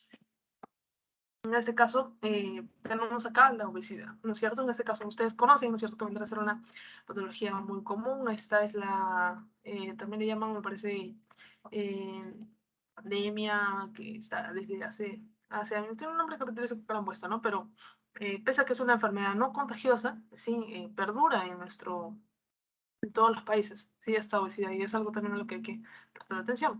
¿Qué más? Tenemos, y por lo tanto, también afecta ya a varias patologías, factor de riesgo incluso para otras muchas patologías. ¿De qué se va a caracterizar esta obesidad? ¿No? Bueno, puede ser que hay una alta ingesta de carbohidratos y lípidos, ¿no? ¿Qué es lo que va a pasar con esto? ¿Se gastan toditos? No, se está almacenando, ¿no es cierto?, como glucógeno en el hígado, y también como grasa en el tejido adiposo, aunque cuando uno consume bastantes grasas, ¿sí? También va a afectar al hígado, porque al final también hay, puede existir acúmulo de estas grasas, de estos lípidos en el hígado, ¿no? Y si ya de forma supera lo normal, ya se forma una esteatosis hepática, ¿sí? Pero bueno, esto es para los carbohidratos en glucógeno, ¿no? Y lípidos en hígado, que también se puede guardar, como en el tejido adiposo, principalmente, porque este es el principal para su reserva. ¿Qué más? Tenemos la ingesta de la fructosa. Va a estar íntimamente ligada a la obesidad, ¿ya? ¿Esto por qué? ¿No? Esto está en carbohidratos, proteínas, carbohidratos, ¿no? Dos, digo. Porque recuerden que ahorita nada más les mostré, ¿no es cierto?, las proteínas, las enzimas reguladoras de la glicólisis, ¿cierto?, que intervienen en el metabolismo de la glucosa. Pero hay otro carbohidrato o otro monosacárido igual de chiquito que la glucosa, que es la fructosa, que tiene un metabolismo que no va a estar regulado por estas enzimas, ¿no? Está acá, había la fructosa, ácido crónico, acá está, ¿no? El metabolismo de la fructosa, ¿no? ¿Y por qué es que está íntimamente ligado a la obesidad? ¿No? ¿Por qué dice eso? Porque al final nuestra glucosa o fructosa, que está por acá de frente, esa imagen, ¿no? Va a tener una vía que va a continuar con la vía de la glucólisis y por lo tanto va a estar regulado por la FFK1, etcétera, todo normal, porque va a estar regulado, ¿ya?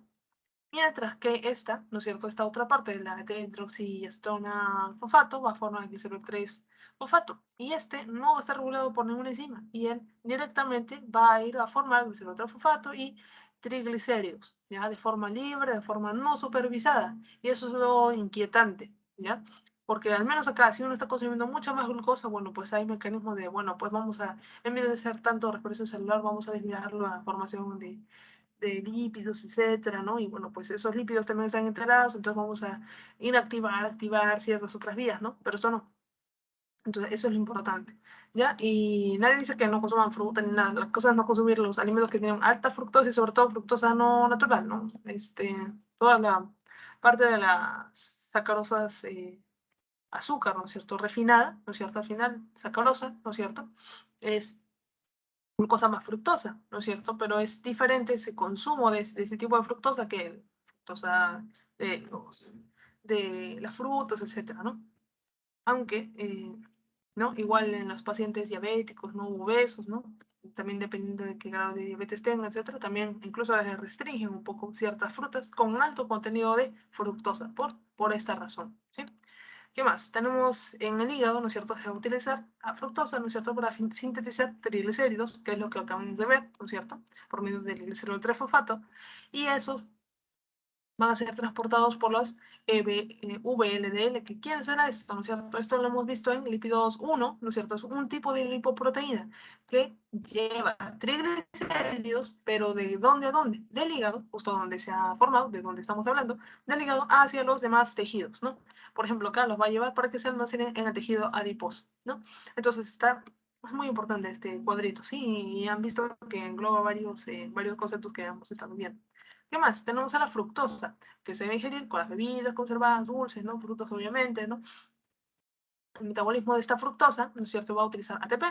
Y bueno, pues se va a formar también para ácido úrico. Este ácido úrico va a inhibir al NOS, ¿no es cierto? Y esto lo que va a generar es baja formación de óxido nítrico, ¿no es cierto? Y por lo tanto elevación de la presión arterial. ¿Por qué? ¿Cuál era la función del óxido nítrico? ¿No? La vasodilatación, ¿no es cierto? Y si no, también eso lo hemos visto un poquito, ¿no? En la parte de los lípidos 2, ¿ya? En esta parte lo buscan en la parte de los, no exactamente óxido nítrico, pero ah, no, acá hablamos de vasodilatación y vasoconstricción. Pero bueno, para que lo recuerden, ¿no? Igual, óxido nítrico, vasodilatación. Y si no hay, entonces vamos a carecer de esa capacidad de vasodilatadora. Entonces va a hacer que se suba la presión, ¿no? Por una no vasodilatación o una vasoconstricción, si lo quieren recordar así. La fructosa, ¿no es cierto?, se va a metabolizar en Lilian, disculpa, una hígado, pregunta. ¿sí? Disculpa por interrumpir. ¿Podrías repetir la parte del ácido úrico? No comprendo muy bien. Ya, simplemente que este ácido úrico, ¿no es cierto?, va a venir del metabolismo de la fructosa. Y, ¿qué es lo que va a pasar? A más fructosa vamos a generar más ácido úrico. Y a más ácido úrico va a haber menos formación de óxido nítrico. Y, por lo tanto, como no va a haber tanto formación de óxido nítrico, se va a elevar nuestra presión arterial. Eso sobre todo, más que enredarnos un poquito. Es como que lo principal. Fructosa, ¿no? Ácido úrico, ¿no? Es lo que va a metabolizar. Y luego, pues, vamos a tener una baja formación de este óxido nítrico con una elevación de esta presión arterial. Y una pregunta, ¿el enos qué cosa es? Es como el MPK, tiene un nombre largo, por así decirlo, pero Ujú, simplemente que va a entrar en competición con este óxido nítrico. Entonces, como ya se está formando bastante de este enos, ¿sí? ujú. Entonces, bueno, pues va a competir y bueno, pues no vamos a tener tanto cantidad de óxido nítrico y por lo tanto no tanta función de este, ¿no? Haciendo así, esto. O sea, una pregunta, entonces el óxido nítrico causaría mayor contracción de las arterias, por así decirlo. No, el óxido ¿O no? nítrico lo que hace es vasodilatar. Y mientras más vasodilates, ¿no es cierto? Bueno, pues la presión al revés cae, ¿no es cierto? Eh, pero si no hay, normalmente, ¿no es cierto? Tiene que haber alguna función, algún grado de óxido nítrico en nuestras arterias para que esté en un radio, por así decirlo, adecuado, ¿no? Para que la Ujú. presión también se mantenga adecuada. Pero si no hay uno de los factores que hace que se vasodilate, entonces solo quedan los otros factores que hace que se eh, eh, que haga vasoconstricción, ¿no es cierto? Entonces Ah, claro. eso es lo que pasa. Ujú. Ah, ya, entonces el óxido nítrico hace que se dilaten las arterias, pero como no hay, se contraen y por eso hay mayor presión arterial. Ajá. Ujú. Ya entendí. Gracias. Entonces, aquí vemos cómo es que la obesidad ya está interviniendo en la presión arterial y vemos también cómo es que interviene también, obviamente en la parte de los lípidos, ¿no? Pero en la parte de la diabetes también, ¿ya? Acá, por ejemplo, la fructosa, ¿no es cierto? Se metaboliza en el hígado, ¿ya? Sin el control de la FPK1, esto ya lo hemos conocido, ¿no? Y por lo tanto se eleva la formación de piruvato, se incrementa la actividad del ciclo de Krebs y hay una elevada fuente de electrones, bueno, pues que va a dañar esta cadena transportadora de electrones, ¿sí? Entonces también va a intervenir en esa parte. Por ejemplo, acá tenemos, en resumen, lo que estaría pasando, ¿no? Por ejemplo, acá tenemos la glucosa, ¿no es cierto? Acá tenemos esta glucosa que va a ser exportada, ¿no es cierto? Por la sangre, los eritrocitos, ¿no es cierto? Tejido adiposo. Y acá vemos este VLDL, ¿no es cierto? Que es la manera en cómo está llegando, ¿no? Esos triacilglicéridos del hígado hacia los tejidos adiposos, ¿no? Acumulándose y acumulándose mucho más. ¿Y de qué origen? Bueno, pues diversos orígenes, pero uno de ellos es del que hemos conversado ahorita, que vendrá a ser de la fructosa por una no supervisión, no regulación de la FFK1. La diabetes, ¿no? En este caso, lo que tenemos que recordar, bueno, pues que esta enfermedad, ¿no es cierto?, va a ser de tipo, vamos a tener dos tipos, ya principalmente, ¿no? Tipo 1, tipo 2, luego están las gestacionantes, los MODY, la AD, etcétera, ya, pero eso es, tenemos detalles. Lo importante que ustedes deben recordar es la diferenciación entre estos dos tipos, tipo 1 y tipo 2, ¿no? Por ejemplo, acá, lo característico, ¿no es cierto?, es recordar esto, ¿no? En la diabetes tipo 1 va a haber una autodestrucción, ¿no es cierto?, de las células beta pancreáticas. ¿Y qué hacían las células beta pancreáticas? Generaban, ¿no es cierto?, la secreción, ¿no es cierto?, de la insulina. ¿Para qué nos sirve la insulina? Para que la glucosa de la sangre pueda ingresar hacia los tejidos, ¿no? Pero si no hay beta pancreática porque se está eliminando, ¿no? Entonces, ¿qué es lo que va a pasar? Entonces, no va a haber insulina. Esas personas van a ser al final insulino dependientes. O bueno, ellos inician siendo ya insulino dependientes. ¿Ya? Eh, entonces, eso. Y por lo tanto, se genera diabetes. ¿Por qué? La diabetes se caracteriza por haber una hiperglucemia en la sangre. ¿Sí? Hiperglucemia. ¿Por qué hay una hiperglucemia en sangre? Porque como no hay insulina, entonces no puede ingresar la glucosa y se queda en la sangre. Entonces, hay eh, bastante glucosa en sangre. ¿Ya?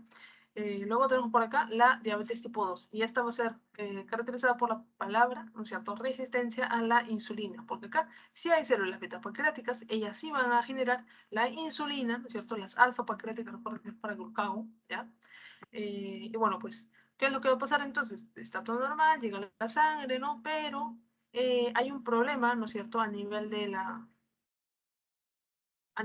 que los receptores de insulina, ¿no es cierto? Porque al final ella va a llegar, ¿no es cierto? Está lista para que la glucosa pueda ingresar, ¿no es cierto? Pero los canales de glucosa van a estar cerrados porque al final no va a haber un reconocimiento de la insulina, ¿no es cierto? Por resistencia a la insulina y no va a poder entrar. Por lo tanto, otra vez hay acúmulo de glucosa en la sangre, hiperglucemia, ¿no? Acá tenemos esto, ¿no? Cómo es que la insulina, ¿no es cierto?, va a hacer que llega a los receptores de insulina, obviamente, ¿no? Y participe, ¿no es cierto?, tenga interacción con estos GLUT4, ¿no? Que puedan ser expresados, como habíamos visto antes, ¿no? Y bueno, pues pueden ingresar la glucosa, ¿no? Por estos transportadores. Acá, por ejemplo, vemos que uno de los resultados es disminución de la captación de glucosa, ¿no? Porque va a haber un defecto en esta señalización, ¿no? Y en otras cosas, ¿ya? Esto es, a nivel de patológico, esto es muy complejo. Por ejemplo, características importantes, ¿no es cierto?, vendría a ser que los obesos, ¿no es cierto?, en los obesos más bien niveles de ácidos grasos libres van a tener, van a estar altos a niveles, al nivel de la sangre, ¿no? Y esto también va a generar una condición de resistencia a la insulina, ¿ya? Va a estar permitiendo eso. Por lo tanto, la obesidad también está vinculada a la inflamación, ¿ya? Bueno, esto también lo pueden conocer porque una de las características de la obesidad vendría a ser que es una enfermedad crónica inflamatoria sistémica, ¿ya? Pero la grasa solo está en el abdomen y en otros lugares, ¿no? Pero está ahí acumulado y listo, ¿no? Al final, la obesidad es sistémico, ¿ya? Y genera un estado de inflamación también sistémico. Y eso lo vemos este lado, ¿no? Por ejemplo, acá tenemos a los adipocitos. ¿Adipocitos quiénes son? Las células del tejido adiposo. Ellos van a liberar adipoquinas. ¿Quiénes son las adipoquinas? La leptina, la resistina, la bisfatalina, ¿no? La adiponectina, ¿no? Así como también quimioquinas, ¿no? Que también lo han visto un poco en inmunología, interleucina 6 y factor de necrosis tumoral alfa. Ellos, ¿qué es lo que van a hacer? Generar inflamación, generar también diabetes y también aterosclerosis. Estos ácidos grasos libres, ¿no es cierto?, que están altos en el obeso, ¿no? Van a activar a las proteinquinasas y van a hacer que se formen sustratos de receptores de insulina en lugares inadecuados. Ahí es como es que se está errando, por así decirlo, ¿no? Malogrando estos receptores, ¿no? Y bueno, pues es la fosforilación en lugares errados, ¿no es cierto?, de este sustrato, del receptor de la insulina, va a causar esto, resistencia a la insulina, ¿no? ¿Por medio de qué? Por uno de los factores de riesgo que vendrá a ser la obesidad, ¿no? A través de todo ello. Bueno, pues esta era la imagen que vimos hace unos minutos, ¿no? Acá como vemos algunos ejemplos, ¿no?, de las funciones de esta insulina. Por ejemplo, tenemos uno de aumento de la síntesis de las proteínas, aumento de la adipogénesis, ¿no es cierto?, aumento de la síntesis del glucógeno, menos apoptosis, ¿no?, y también aumento del transporte de los glúcidos, ¿no?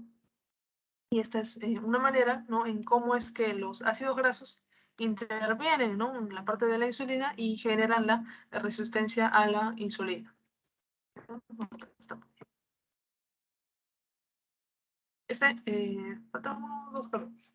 Tenemos alcohol, ejercicio y síndrome metabólico. Muy bien, con respecto al alcohol, ¿qué es lo que pasa, no? En este caso, cuando nosotros ingerimos, ¿cierto?, el alcohol, este va a llegar a nuestro hígado primero. Todo el tracto digestivo, ¿no? Y al final me lo aporta hígado. Listo. ¿Qué es lo que va a pasar, ¿no es cierto? En el citosol de estos hepatocitos, ¿no es cierto?, va a haber un incremento de la formación del NADH, ¿sí? Se va a incrementar mucho más. ¿Y cómo es esto, no? ¿Qué es lo que pasa? Bueno, pues primero, el alcohol como tal, el etanol, ¿no es cierto?, va a pasar por la ADH, que vendrá a ser la aldehído deshidrogenasa. Esta enzima, en presencia de NAD, va a generar acetaldehído. Y también NADH, ¿ya? NADH. Luego, este acetaldehído va a pasar por otra reacción, son dos reacciones siempre en el alcohol, recuerden, ¿no? Va a pasar por la enzima aldehído deshidrogenasa en presencia de NAD y va a generar acetato, ¿sí? No es acetona, no es acetoacetato, ya es acetato.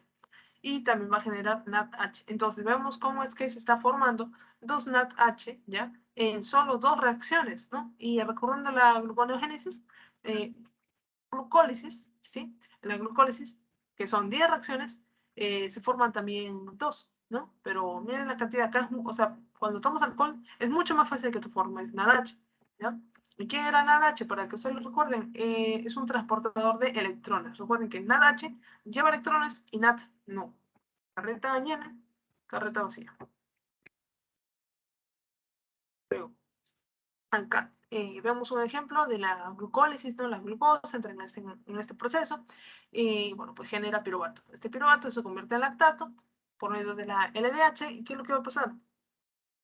Este lactato, ¿no es cierto?, va a irse directamente a la sangre, ¿no es cierto? Y bueno, pues hígado, etcétera, y puede ser también eliminado por la orina. Esto nos da un problema porque va a intervenir un poco o interferir con la excreción del ácido úrico, ¿ya? Paréntesis. Mientras que si todo este piruvato se está yendo hacia este lado, ¿no es cierto?, hacia la generación de lactato, ¿ya? Entonces, el piruvato, ¿ya?, se va a quedar en bajas cantidades como para formar el ciclo de Krebs, etc. ¿Ya? Por lo tanto, está inhibiendo, ¿ya? Porque también va a haber baja cantidad de oxalacetato y malato. Y si no tienes esto, ¿no?, que son principales, no solo para el ciclo de Krebs, sino también para la gluconeogénesis, no vas a poder hacer este proceso, se está inhibiendo. Y de esta manera, ¿no?, se va a producir la hipoglicemia, ¿ya? Cuando revisen la hipoglicemia como tal, van a haber varios factores, ¿ya? Y uno de ellos va a ser este, ¿no?, el alcohol. Entonces, recordando, con respecto al metabolismo del alcohol, recuerden que va a haber una alta formación de NADH, ¿ya? Porque esto es solo con una molécula de etanol, ¿ya? Y, bueno, pues también esto, ¿no? Va a producir, se inhibe el proceso de la gluconeogénesis, va a haber menos piruvato para esto, menos oxalacetato, menos malato, y va a haber más hipoglicemia. Por lo tanto, se está yendo más hacia este lado, ¿no? Piruvato a lactato. Con respecto al ejercicio físico, ¿no?, que es lo que podemos ver por acá. Bueno, primero tenemos un ejercicio anaeróbico y aeróbico. En el ejercicio físico aeróbico vamos a depender de nuestra reserva de fosfocreatina, ¿no?, que habíamos visto en la parte de urea, ¿no es cierto? La creatina o la creatinina, ¿no es cierto?, van a estar relacionadas a esto, ¿no es cierto?, a nuestros músculos. Esto va a depender, obviamente, de de la reserva proteica, ¿no? Pues esto está repitiendo. Con respecto a este ejercicio aeróbico, ¿ya?, no vamos a disponer más bien de suficiente glucógeno, ¿ya?, para proporcionar energía necesaria, ¿no? Y esto ya lo habíamos visto antes, ¿no? Cuando siempre te decía, si estás corriendo, estás haciendo ejercicio, etcétera, como no tenemos tanto glucógeno, pese a que el músculo reserva glucógeno para así, el ejercicio, etcétera, lo va a agotar. Entonces, ¿qué es lo que va a pasar? Tenemos que activar ciertas cosas, como por ejemplo, disminuir la relación CO2-oxígeno, ¿no? Reservar la parte de la reserva de los carbohidratos se está agotando, la lipólisis va a incrementarse, ¿no es cierto? Se está rompiendo, degradando los lípidos, ¿no es cierto?, para su uso energético del músculo, ya que está en ejercicio, ¿no? Y los cuerpos cetónicos se están elevando, ¿no? Porque al final también es una manera de nutrirse, ¿no? Síndrome metabólico. Esto es importante también. Este síndrome metabólico, ¿qué va a ser? Va a ser el conjunto, ¿ya?, conjunto de enfermedades, ya que nos van a llevar a lo que vendría a ser diabetes, hipertensión, obesidad. Y justamente también son ellos mismos, ya lo van a conservar, lo van a formar ellos. ¿Quiénes? La obesidad, ¿no es cierto?, principalmente la abdominal, la insulinoresistencia como representante de la diabetes, ¿ya? Acá falta la hipertensión, ya como representante del riesgo cardiovascular, ¿ya? Y bueno, pues acá tenemos unas tablas, ¿no es cierto?, que nos van a condicionar esto. Es decir, cuando nosotros tengamos toda esta tabla, ¿no?, y nos diga, ah, ya pues tienes 1, 4 puntos, y bueno, pues da positivo a síndrome metabólico, ¿no?, según la organización tal y tal, etcétera. ¿Qué es lo que significa? Cuando uno ya tiene síndrome metabólico, que es mucho más probable en esa persona, ¿no es cierto?, que desarrolle hipertensión, pero no tiene hipertensión, ¿no? Ya, pero por todos esos riesgos que ya has dado positivo, es mucho más fácil que des hipertensión o diabetes, obesidad, ¿no es cierto? Eso principalmente. Acá estos son los nombres de estas guías o asociaciones, ¿no? Las características es principalmente, de manera simple, por así decirlo, la obesidad central y luego dos factores de riesgo que vendrán a ser elevada concentración de triglicéridos, ¿no?, bajo HDL, que es el HDL, ¿no es cierto?, es nuestra lipoproteína que nos ayuda a devolver, por así decirlo, las grasas, ¿no? De manera general, de los tejidos periféricos hacia el hígado, para que el hígado lo pueda utilizar de otra manera. Elevada presión arterial también está como punto y la hiperglicemia, ¿no? En general, acá tenemos que la adiposidad central o visceral, ¿ya? Visceral, va a ser la que desencadene ciertas vías del síndrome metabólico, ¿no? Entonces, acá también tenemos otros datos, el consumo excesivo de las calorías, así como la falta de nuestra actividad física, ¿no es cierto? Porque si consumimos bastantes calorías, pero también hacemos bastante ejercicio, bueno, pues, pero también se tiene que medir, etcétera, ¿no? Pero si hay mucho y poca actividad física, no hay gasto, entonces, pues, es un factor muy contribuyente de este síndrome metabólico, ¿no? Y acá vemos cómo es que varias de las guías, ¿no? Tienen, siempre resaltan los triglicéridos, ¿sí? La obesidad la ponen como perímetro abdominal, ¿ya? A ver, acá está HDL, bueno, pues acá, obesidad abdominal, ¿ya? Pero hay otra tabla que les voy a pasar luego, ¿ya? Que en donde ponen los puntos de cada uno, ¿sí? Donde resalta, hay algunas diferencias incluso entre ellos. Bueno, acá pone la insulinoresistencia, pone a glucosa a las 2 horas, ¿no es cierto? O también glucosa en ayunas, ¿no? También tienes la presión arterial mayor de 130 a 85, ¿no? HDL bajo, tanto en varones como en mujeres, 40 50, ¿no? Triglicéridos mayor o igual a 150. Microalbuminuria, ¿no es cierto? Para la parte de la presión arterial, ¿no? También enfermedad renal. Índice de masa corporal elevado, ¿no es cierto? Que está relacionado a este punto de la obesidad abdominal, pero como les dije también, es importante el perímetro abdominal. Es una tablita que puedo pasarlo.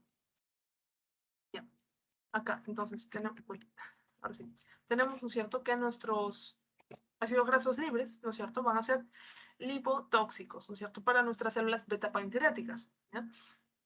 Haciendo que estas células beta pancreáticas disminuya su función de secreción de la insulina, ¿ya? Entonces esto va a ser malo, ¿no es cierto?, para una persona que potencialmente está generando obesidad, ¿no es cierto?, está en sobrepeso, luego puede tener obesidad, ¿no es cierto?, también puede estar generando a la par diabetes, ¿no?, o posible diabetes en su futuro. La grasa visceral va a contribuir a la resistencia a la insulina, ¿no es cierto?, y también mucho más que en la grasa subcutánea. El incremento de nuestro tejido adiposo va a estar relacionado con nuestros niveles reducidos de adiponectina y altos también de leptina, ¿no es cierto?, que van a hacer que se incremente nuestro riesgo vascular, ¿no? Por ejemplo, acá tenemos que siempre va a haber una parte genética, ¿ya? Si tienen sus papás, hermanos, abuelos, ¿no? Pero también importa mucho nuestra actividad física propia, acá lo he puesto como inactividad porque obviamente esto va a ser una parte de factor de riesgo, así como también depende de nuestros hábitos dietéticos. Dependiendo de todo ello, ¿no? Vamos a ver que puede haber un incremento de nuestra adiposidad visceral, ¿no es cierto?, en cada uno de nuestros órganos. Estos, como los ácidos grasos, ¿no es cierto?, van a ir viajando, ¿no es cierto?, hacia los músculos, ¿no es cierto?, hacia el páncreas, como he visto por acá, hacia el hígado, haciendo que cada uno se vaya deteriorando, ¿no? ¿De qué manera? Porque estas adiponectinas, estos adipocitos como tal van a generar inflamación, ¿no? Y estos van a ir también dañándolos, ¿no? Y por lo tanto también generando otros efectos como la aterogénesis, ¿no es cierto?, que vendría a ser la formación de placas ateromatosas, ¿no es cierto?, a lo largo de nuestros vasos sanguíneos, ¿no es cierto?, induciendo también la parte de la hipertensión, luego, ¿no? Obviamente, si también tenemos un daño, ¿no es cierto?, a nivel del hígado, puede haber una dislipidemia y esto genera también mayor aterogénesis, ¿no? Luego tenemos por acá la insulinoresistencia, ¿no es cierto?, que va a estar condicionando y por lo tanto va a haber altos niveles de insulina en la sangre, porque quiere trabajar la insulina, ¿no es cierto?, pero no la deja porque hay alta también cantidad de resistencia a la insulina, ¿no? Entonces, bueno, pues va a haber también daño a nivel del endotelio, ¿no? Y daño al endotelio también va a significar daño a la parte de la formación de la aterogénesis, ¿no? Y por lo tanto, hipertensión arterial, ¿no? Acá vemos varios factores que nos dicen obesidad, varios factores que nos dicen diabetes, varios factores también que nos dicen enfermedad cardiovascular o hipertensión. Eso sería todo. Sí. Tenemos ahora, bueno, no puse algunas preguntas acá al final, ¿ya? Pero sí tenemos nuestro Kahoot, ¿ya? Que es cortito. Bueno, tiene algunas preguntas que hemos visto también anteriormente. Voy a quitar esto. A ver. Voy a colocarlo ahorita.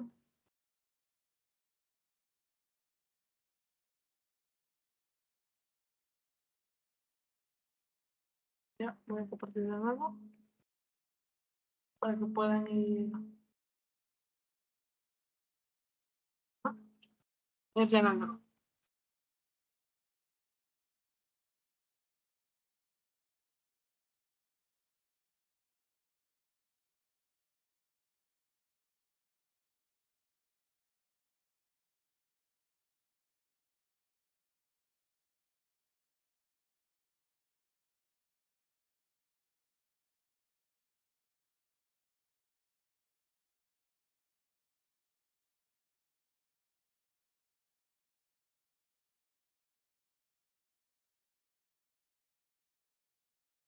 Ya, chicos, vayan ingresando, ¿sí?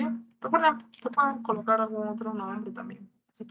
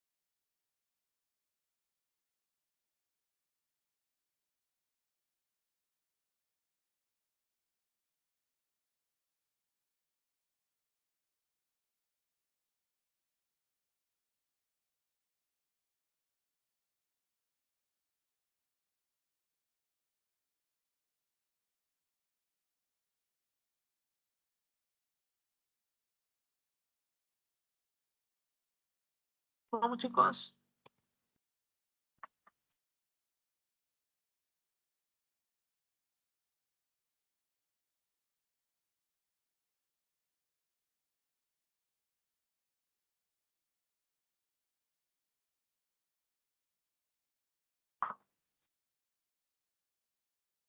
No me dice la cantidad de preguntas que son, pero les voy a ayudar. Ahora, tienen lípidos 1, tienen, oye, tienen lípidos hasta proteína 2.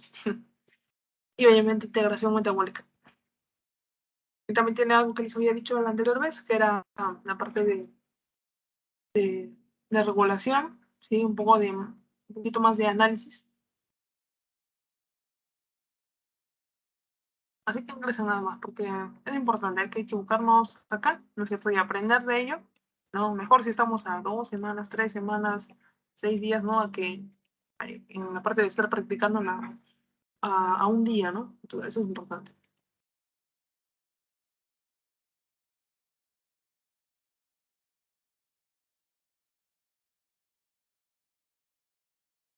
Un minuto más, ¿ya?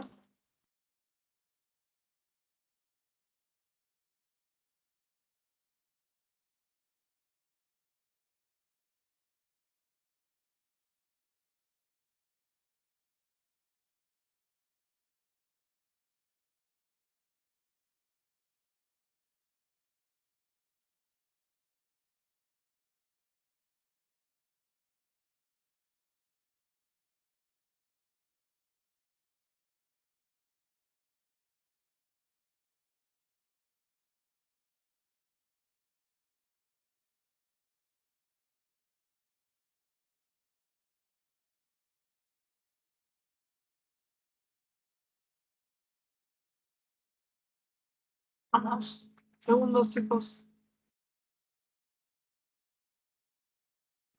La última, porque son las últimas también sesiones que vamos a tener. ¿Listo? Comenzamos. ¿Ya? Muy bien, gracias a todos por participar. Y pueden igual seguir ingresando, ¿sí? Con el código. Muy bien.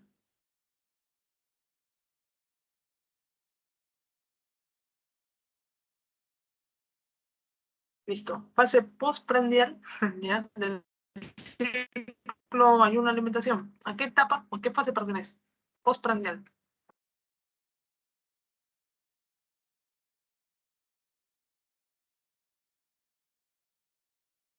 La respuesta la vamos a mostrar luego la pregunta 2, que tienen que ver también.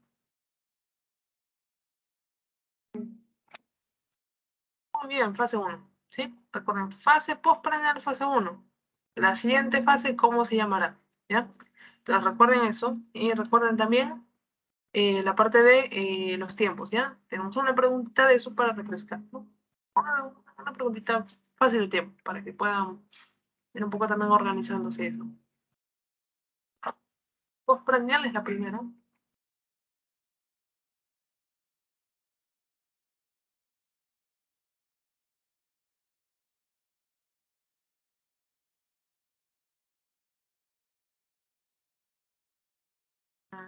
Muy bien. ¿No? Desde las 4 horas. De 0 a 4 horas, postprandial, ¿no? Y desde las, voy a dejar de compartir para compartir bonito. Ahora sí, ya está compartiendo todo. Aparte de las, acá está integración metabólica, ¿no es cierto? Nos vamos hasta el inicio. Acá está, ¿no es cierto? Postprandial, 0 a 4. Posabsortiva, de 4 a 12. Acuérdense bastante bien. Muy bien, siguiente.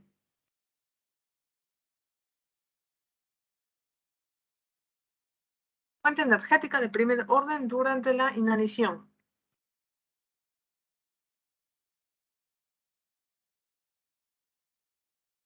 Estamos en inanición.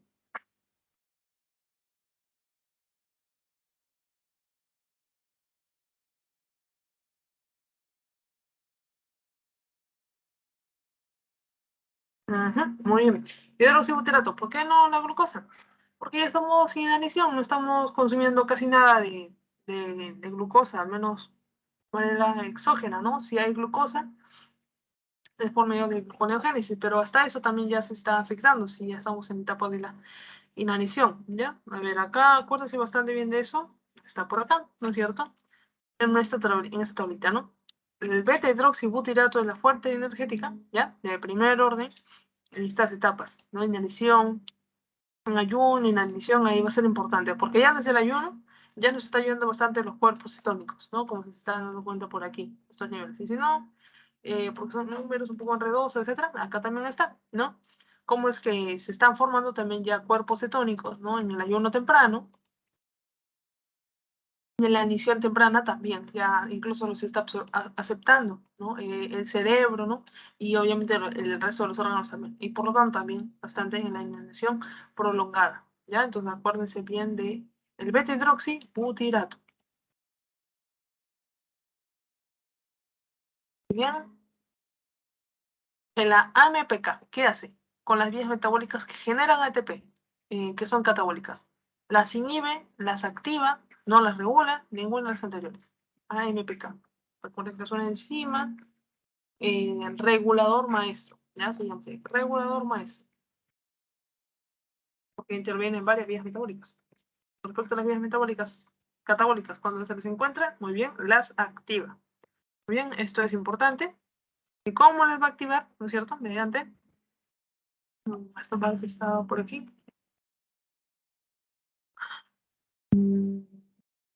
Acá está, ¿no es cierto? Los va a activar, o más bien se va a activar esta enzima por medio de una fosforilación en su treonina 172, ¿ya? Acá está, treonina 172 chiquito, o también porque hay una elevada relación intracelular AMP-ATP, es decir, que no hay tanto ATP como AMP, por lo tanto no hay energía, por lo tanto vamos a hacer que esta AMPK, ¿no es cierto?, y active las vías metabólicas que te den ATP, es decir, las catabólicas.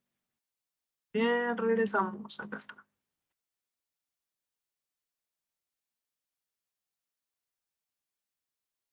Cuando uno consume alcohol, ¿qué es lo que va a pasar? No se activa, solo una es la verdadera. No se activa la enzima de deshidrogenasa, se inhibe la gluconeogénesis, se produce menos NADH, hay hiperglucemia. ¿Cuál será?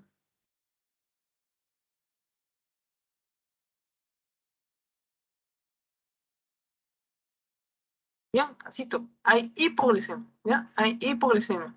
o más bien genera un mecanismo de hipoglicemia. Ya no es que te vaya a dar exactamente hipoglicemia, pero tiende a la hipoglicemia. ¿Por qué?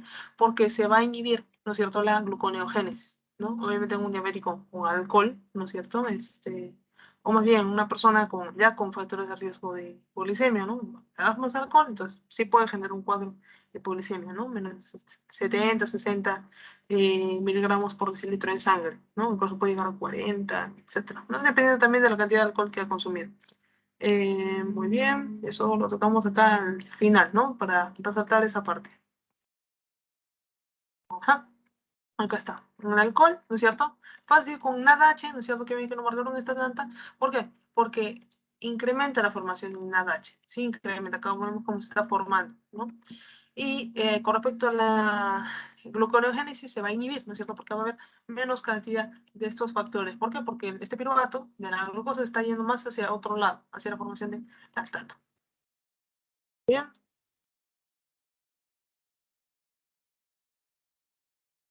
Orlistat, es Orlistat. Es un fármaco que, ¿qué hace el Orlistat? Para recordar algunas cositas. Inhibe las proteasas, inhibe la HMG4 reductasa, inhibe la lipasa pancreática, activa la gluconeogénesis.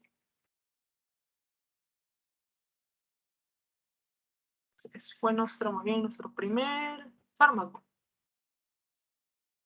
Muy bien, inhibe la lipasa pancreática. Muy bien, entonces recuérdenlo bastante. Los que no marcaron esta, es momento, ¿no?, para empezar a recordar a este Orlistat, ¿no? ¿Y cómo? De la mejor manera que recordando con nuestra diapositivita, ¿no? Para ver dónde estaba ese conocimiento, ¿no? Acá está. Acá está. Con respecto a cuando hablamos de lípidos, no hablamos de que primero tenemos que ingerirlo, luego tenemos que hacer una digestión. Y en medio de la digestión, ¿qué necesitamos? Enzimas, ¿no es cierto? Enzimas como las lipasas, ¿no? Acá está. Acá está. Para la digestión necesitamos lipasas, ¿no? Gastrointestinales, como la lipasa lingual, lipasa gástrica, la lipasa pancreática, ¿no? Y estas lipasas lo que hacen es justamente actuar sobre este triglicerol, por ejemplo, ¿no? Formar dos monoacilglicerol y aparte dos moléculas de ácidos grasos, etcétera, ¿no? Intervienen en la degradación. Pero nuestro amigo Orlistat, que es un fármaco antiobesidad, ¿no es cierto?, va a ocasionar una inhibición de estas lipasas gastrointestinales, ¿no es cierto? ¿Para qué? Para que no tengan acción y tú consumas las grasas, no tengas a tu lipasa gastrointestinal activa porque está con el Orlistat. Por lo tanto, ¿qué es lo que va a pasar? La vas a eliminar, nada más, ¿no? Entonces va a producir esteatorrea, etcétera, ¿no? Y por lo tanto, el resultado que quiere el fármaco es que se reduzca en esa persona la absorción de grasas. ¿No? Bien, entonces esa vendrá la respuesta. HMG4, recuerden, y la reductasa. Esta tiene que ver con la síntesis de colesterol. Sí, HMG4 reductasa. Proteasa, no hemos hablado de fármacos que inhiben las proteasas. ¿Ya? Y bueno, pues activación de la gluconeogénesis no tenía que ver. Bien. Ácidos grasos que no requieren formar micela para su absorción. Eso está bien. Casi en letras pequeñas, no tan pequeñas, pero era para recordarlo, ¿no? La mayoría de ácidos grasos requieren formar micelas, ¿no? Y otras moléculas lipídicas, pero hay unos ciertos ácidos grasos que no requieren. ¿Cuáles serían? Pásame nomás. Muy bien. Cadena corta y media, ¿sí? Muy bien. Acá está. ¿Dónde está eso, no? Acá. Recuerden que ni bien nosotros hacemos que ingresen, ¿no?, los lípidos de la luz del intestino hacia la célula intestinal, que es el enterocito, ¿qué es lo que va a pasar? Va a formarse con kilomicrones, etcétera, ¿no es cierto? Pero antes de pasar, o sea, antes de entrar, o sea, hablamos de la absorción, antes de absorberlo por el enterocito, que se tiene que formar esta molécula circular, que vendría a llamarse micela, ¿sí? O micela mixta. Va a contener bastantes tipos de lípidos, ¿no? Van a organizarse de tal manera que adentro sea más lipo hidrofóbico y afuera hidrofílico, ¿no? De tal manera que pueda ingresar, ¿no? Y bueno, pues acá, esto es importante, los ácidos grasos de cadena corta y media, ¿ya? Como son solubles en el agua, ¿no es cierto?, no van a requerir formación de micela para poder pasar. Ellos pasan solitos, ¿ya? Entonces eso es importante que lo puedan recordar también. Bien, cadena corta y media. Lo de rojo, creo que también era, eso también está bien. A ver, dice, pero es cadena corta y media, ¿ya? Para que no le pase también en el examen. Dice, un humano puede sintetizar EPA y DHA. ¿Qué será eso?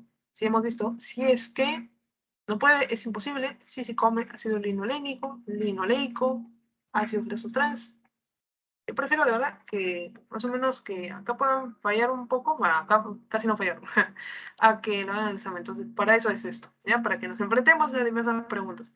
Entonces, ¿qué es esto? ¿De dónde tiene que ver? Esto es de lípidos 2, ¿ya? Sin darnos cuenta, hemos estado incrementando a lo largo de estas semanas también el nivel de estos Kahoot, ¿no? Y al final es para subir. A ver, acá. Un ratito. Ah, no, esa es la parte anterior. Nos vamos a lípidos 1. Pero tampoco es. No, acá no, es lípido 2.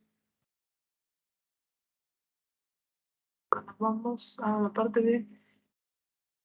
Ajá, acá está, ¿no? Esto también para recordar, ¿no es cierto? Nosotros lo que hacemos es generar, ¿no? A través de la síntesis de ácidos grasos, ¿no? Esto, ¿no? El ácido palmítico, ¿no? Y de ahí podemos alargar, podemos desaturar, etcétera, ¿no? Pero lo que generamos es ácido palmítico. Luego hay otros ácidos grasos que nosotros vamos a poder también sintetizar, ¿no? Pero hay otros que no. Los que no se llaman esenciales, ¿sí? Y los esenciales son aquellos que no sintetizamos nosotros, que los tenemos que obtener o por lo tanto de la dieta. Esos son el linoleico y el linolénico. Entonces, de ellos, cuando ya los consumimos por medio de las grasas, vegetales, etcétera, ¿no? Entonces, podemos nosotros generar reacciones a través de, podemos desaturarlo, elongarlo, desaturarlo, etc. Podemos generar, por ejemplo, ácido araquidónico, ¿no? Que esto es importante ¿para qué? Para los eicosanoides como tal, ¿ya? Es el precursor de los prostanoides, de los leucotrienos, ¿ya? Pero el linolénico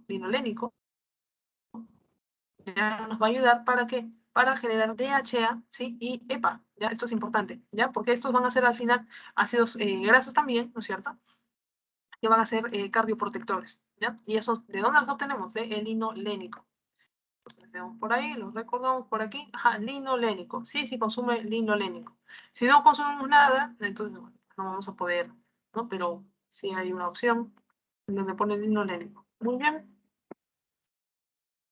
El SERP2 sirve para regular la síntesis de. ¿Qué es el SERP2? Recordamos, es un factor de transcripción. Hay bastantes factores de transcripciones, pero nos centramos en hablar del 3, en la parte de los lípidos, ¿no? SERP2. Muy bien, colesterol, ¿no? Entonces, recordando por acá, ese sí es lípido 2, ¿no? Entonces nos vamos a la parte de estos factores. Ajá, los factores de transcripción, ¿no es cierto? Donde tenemos esos receptores de proliferador activado de peroxisoma, PPAR, ¿no es cierto? El receptor de X del hígado, ¿no? Y también las proteínas ligadores de elementos reguladores del esterol, SERP. En el SERP vamos a encontrar dos tipos, bueno, varios tipos, ¿no? 1A, 2C, etcétera, pero del que nos tenemos que centrar es en este dúo, ¿no? En el SERP2 versus el SERP1C, ¿ya? Para tenerlo en mente, ¿no? Y luego cuando de repente lo veamos en algunos otros artículos en cardiología, etcétera, más o menos sepamos a lo que estamos enfrentando, ¿no? Recordemos un poco, esto lo vi un poco en bioquímica, ¿no? En este caso, SERP2 tiene que ver con la síntesis de el colesterol, ¿sí? SERP2, por acá, colesterol, a través de todos estos mecanismos. Mientras que el SERP1C, ya que está por este lado, tiene que ver con el metabolismo y la síntesis de triacilglicéridos, ¿sí? Y de fosfolípidos, ¿sí? Así que muy bien, por poner dos colesterol, 1C, en el siguiente, recuérdense, triacilglicérido y fosfolípido, muy bien. O si no, también vayan repasando los otros factores de transcripción. Dice, si uno consume mucha cantidad de colesterol, ¿no? En este caso, entonces, ¿qué pasará? Solo una es verdadera, hay que leer bien. Se activa la expresión de la enzima HMG-CoA reductasa, no se degrada rápidamente la HMG-CoA reductasa, actúa en los corticoides. Recuerden que más o menos así son las preguntas de examen también, ¿no? Un poco larguitas y hay que analizar cada uno. Pues un poco más de tiempo, pero ya, vamos a ver también. La siguiente voy a tratar de aumentar el tiempo, ¿ya? En un poco de preguntas largas, eso sí. A ver, dice, actúan cada uno de los corticoides, ¿no? Muy bien. ¿Por qué no la 5, no? Ya, dice que se activa la expresión de la gen enzima HMG-CoA. Ya, ¿esta HMG-CoA qué era? la enzima, ¿no es cierto?, que interviene en la síntesis, ¿no es cierto?, de colesterol, ¿no? Pero si ya estamos consumiendo bastantes grasas, incluido bastante cantidad de colesterol, nuestro organismo va a decir, bueno, pues he consumido bastante. ¿Voy a sintetizar bastante? No, ¿no es cierto? Entonces, como no quiero sintetizar más colesterol, no vamos a expresar este gen, al menos en este momento, ¿no? Entonces, esto no, eso sería más bien cuando hay niveles de colesterol bajo, ¿ya? En nuestra sangre. ¿Qué más? No se degrada rápidamente la HMG-CoA reductasa. Claro, cuando estamos consumiendo bastante colesterol, ¿qué es lo que va a pasar? Se va a empezar a degradar rápidamente el HMG-CoA reductasa, ¿no? Para que no actúe, ¿no? Pero en este caso dice no, entonces no. Pues. Y luego se fosforila y se activa la HMG-CoA reductasa, ¿ya? Esto también que voy a volver a esta diapositiva, que era carbohidratos lípidos 3. Ajá, justo está acá la diapositiva. Acá están todas las respuestas, pero negativo, ¿no? Acá tenían que ser bajo, acá tenían que ser alto, etc. Y esta HMG-CoA, ¿no es cierto? ¿Qué es lo que va a hacer, ¿no es cierto? Se puede, más bien, fosforilar, ¿no? En este caso, se fosforila y se desfosforila. Si la desfosforilan, se activa, ¿no? Y si se activa, va a seguir haciendo síntesis de colesterol. Por lo tanto, lo que queremos es fosforilarla, ¿no es cierto? Para que no actúe, ya que acabamos de consumir bastante colesterol, grasa, etc. Entonces, debería ser esta. Deberíamos fosforilarla para que se inactive, ¿no? En el contexto del que estamos hablando, ¿no? Mucha cantidad de colesterol. Y actúan los corticoides, ¿no? Bueno, pues eso está por este otro lado, ¿no? Acá está. También la regulación hormonal, si hemos, más bien para expresar este gen, ¿no es cierto? ¿Quiénes nos van a olvidar? ¿Qué hormonas? La insulina, la tirosina, mientras que para bloquear la expresión, como es lo que queremos en este momento, el glucagón y los corticoides. Bien. Excelente. Y vamos por las últimas dos preguntas. Aminoácidos que no pasan por la transaminación, excepto. Eso también incluso había una esquemotecnia, por así decirlo, con los iniciales de estos aminoácidos, para que se acuerden, quienes no pasan por la transaminación. Excelente, la alanina, ¿no? Ahora, ¿no es cierto? ¿Por qué? Porque ella, ¿no es cierto? A ver, acá está.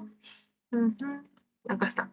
Flujo de nitrógeno, ya, las reacciones de los aminoácidos, ¿no? Ya recordábamos que teníamos tres, ¿no? Desaminación oxidativa, oxidación, y luego acá tenemos la transaminación, ¿no? Donde las que no van a participar va a ser la lisina, tronina y prolina, ¿ya? Lisina, tronina y prolina, transaminación. Todas las demás sí, van a estar por acá, y bueno, pues este aminoácido, ¿no? A través de una transaminación se lo van a pasar a otra molécula que no tenía ese aminoácido y ahora sí. Ese grupo amino, digo, ¿ya?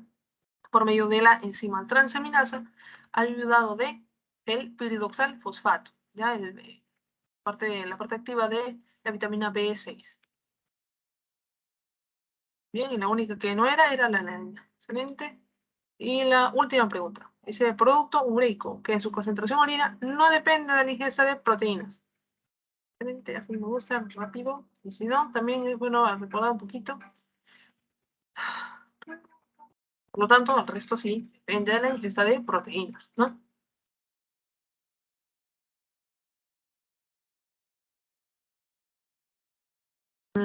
Creatinina, ¿no es cierto? Muy bien, eso está por aquí. Aparte de las proteínas 2, es la última pregunta, ¿no? Esto, ¿no es cierto? Acá tenemos todos los nitrógeno ureico o urinario total, ¿ya? Y bueno, pues con respecto a ello, ¿no es cierto? Tenemos el nitrógeno que viene de la urea, el nitrógeno que viene de la amoníaco, que viene de la creatinina, etcétera, ¿no? Y el único que no varía, ¿no es cierto? Con respecto a los otros, vendría a ser la creatinina, ¿ya? ¿Y por qué no puede ser la creatina, no? Está por acá. Este. Eso tiene que ver con el mismo... No, abajo. Tiene que ver con el mismo metabolismo de la creatinina, acá está, ¿no? Por ejemplo, tenemos que luego de que se genera la creatina, ¿no es cierto?, en nuestro hígado, ¿no es cierto?, por medio de la creatinina fosfoquinasa, ¿no es cierto?, vamos a guardarlo como creatinina o creatina fosfato. Esta creatina fosfato, ¿no es cierto?, va a estar en nuestros músculos, ¿cierto?, como una reserva, ¿no es cierto?, energética. Y bueno, pues luego va a estar exportada, ¿no es cierto?, por medio de la creatinina, ¿no es cierto?, como creatinina, cuando hagamos más actividad física, ¿no es cierto? Y bueno, pues de esta manera va a llegar a la orina. Esto no va a llegar a la orina, ¿no? ¿Sí? Esto no. Bien, y bueno, pues esa era la última pregunta. Ya, voy a hacer que puedan volver a ver estos Kahoot, ¿ya? Para que puedan repasarlos. Entonces, que ahora tengan caritas. Y bueno, pues porque ya hemos visto desde el episodio la integración metabólica. Muy bien, muy bien, dice R, Carita de ese lado, Mick, SCM y Rodrigo. Muy bien. Entonces, voy a terminar la grabación. Como les dice, voy a como que generar también para que vean estos cajones.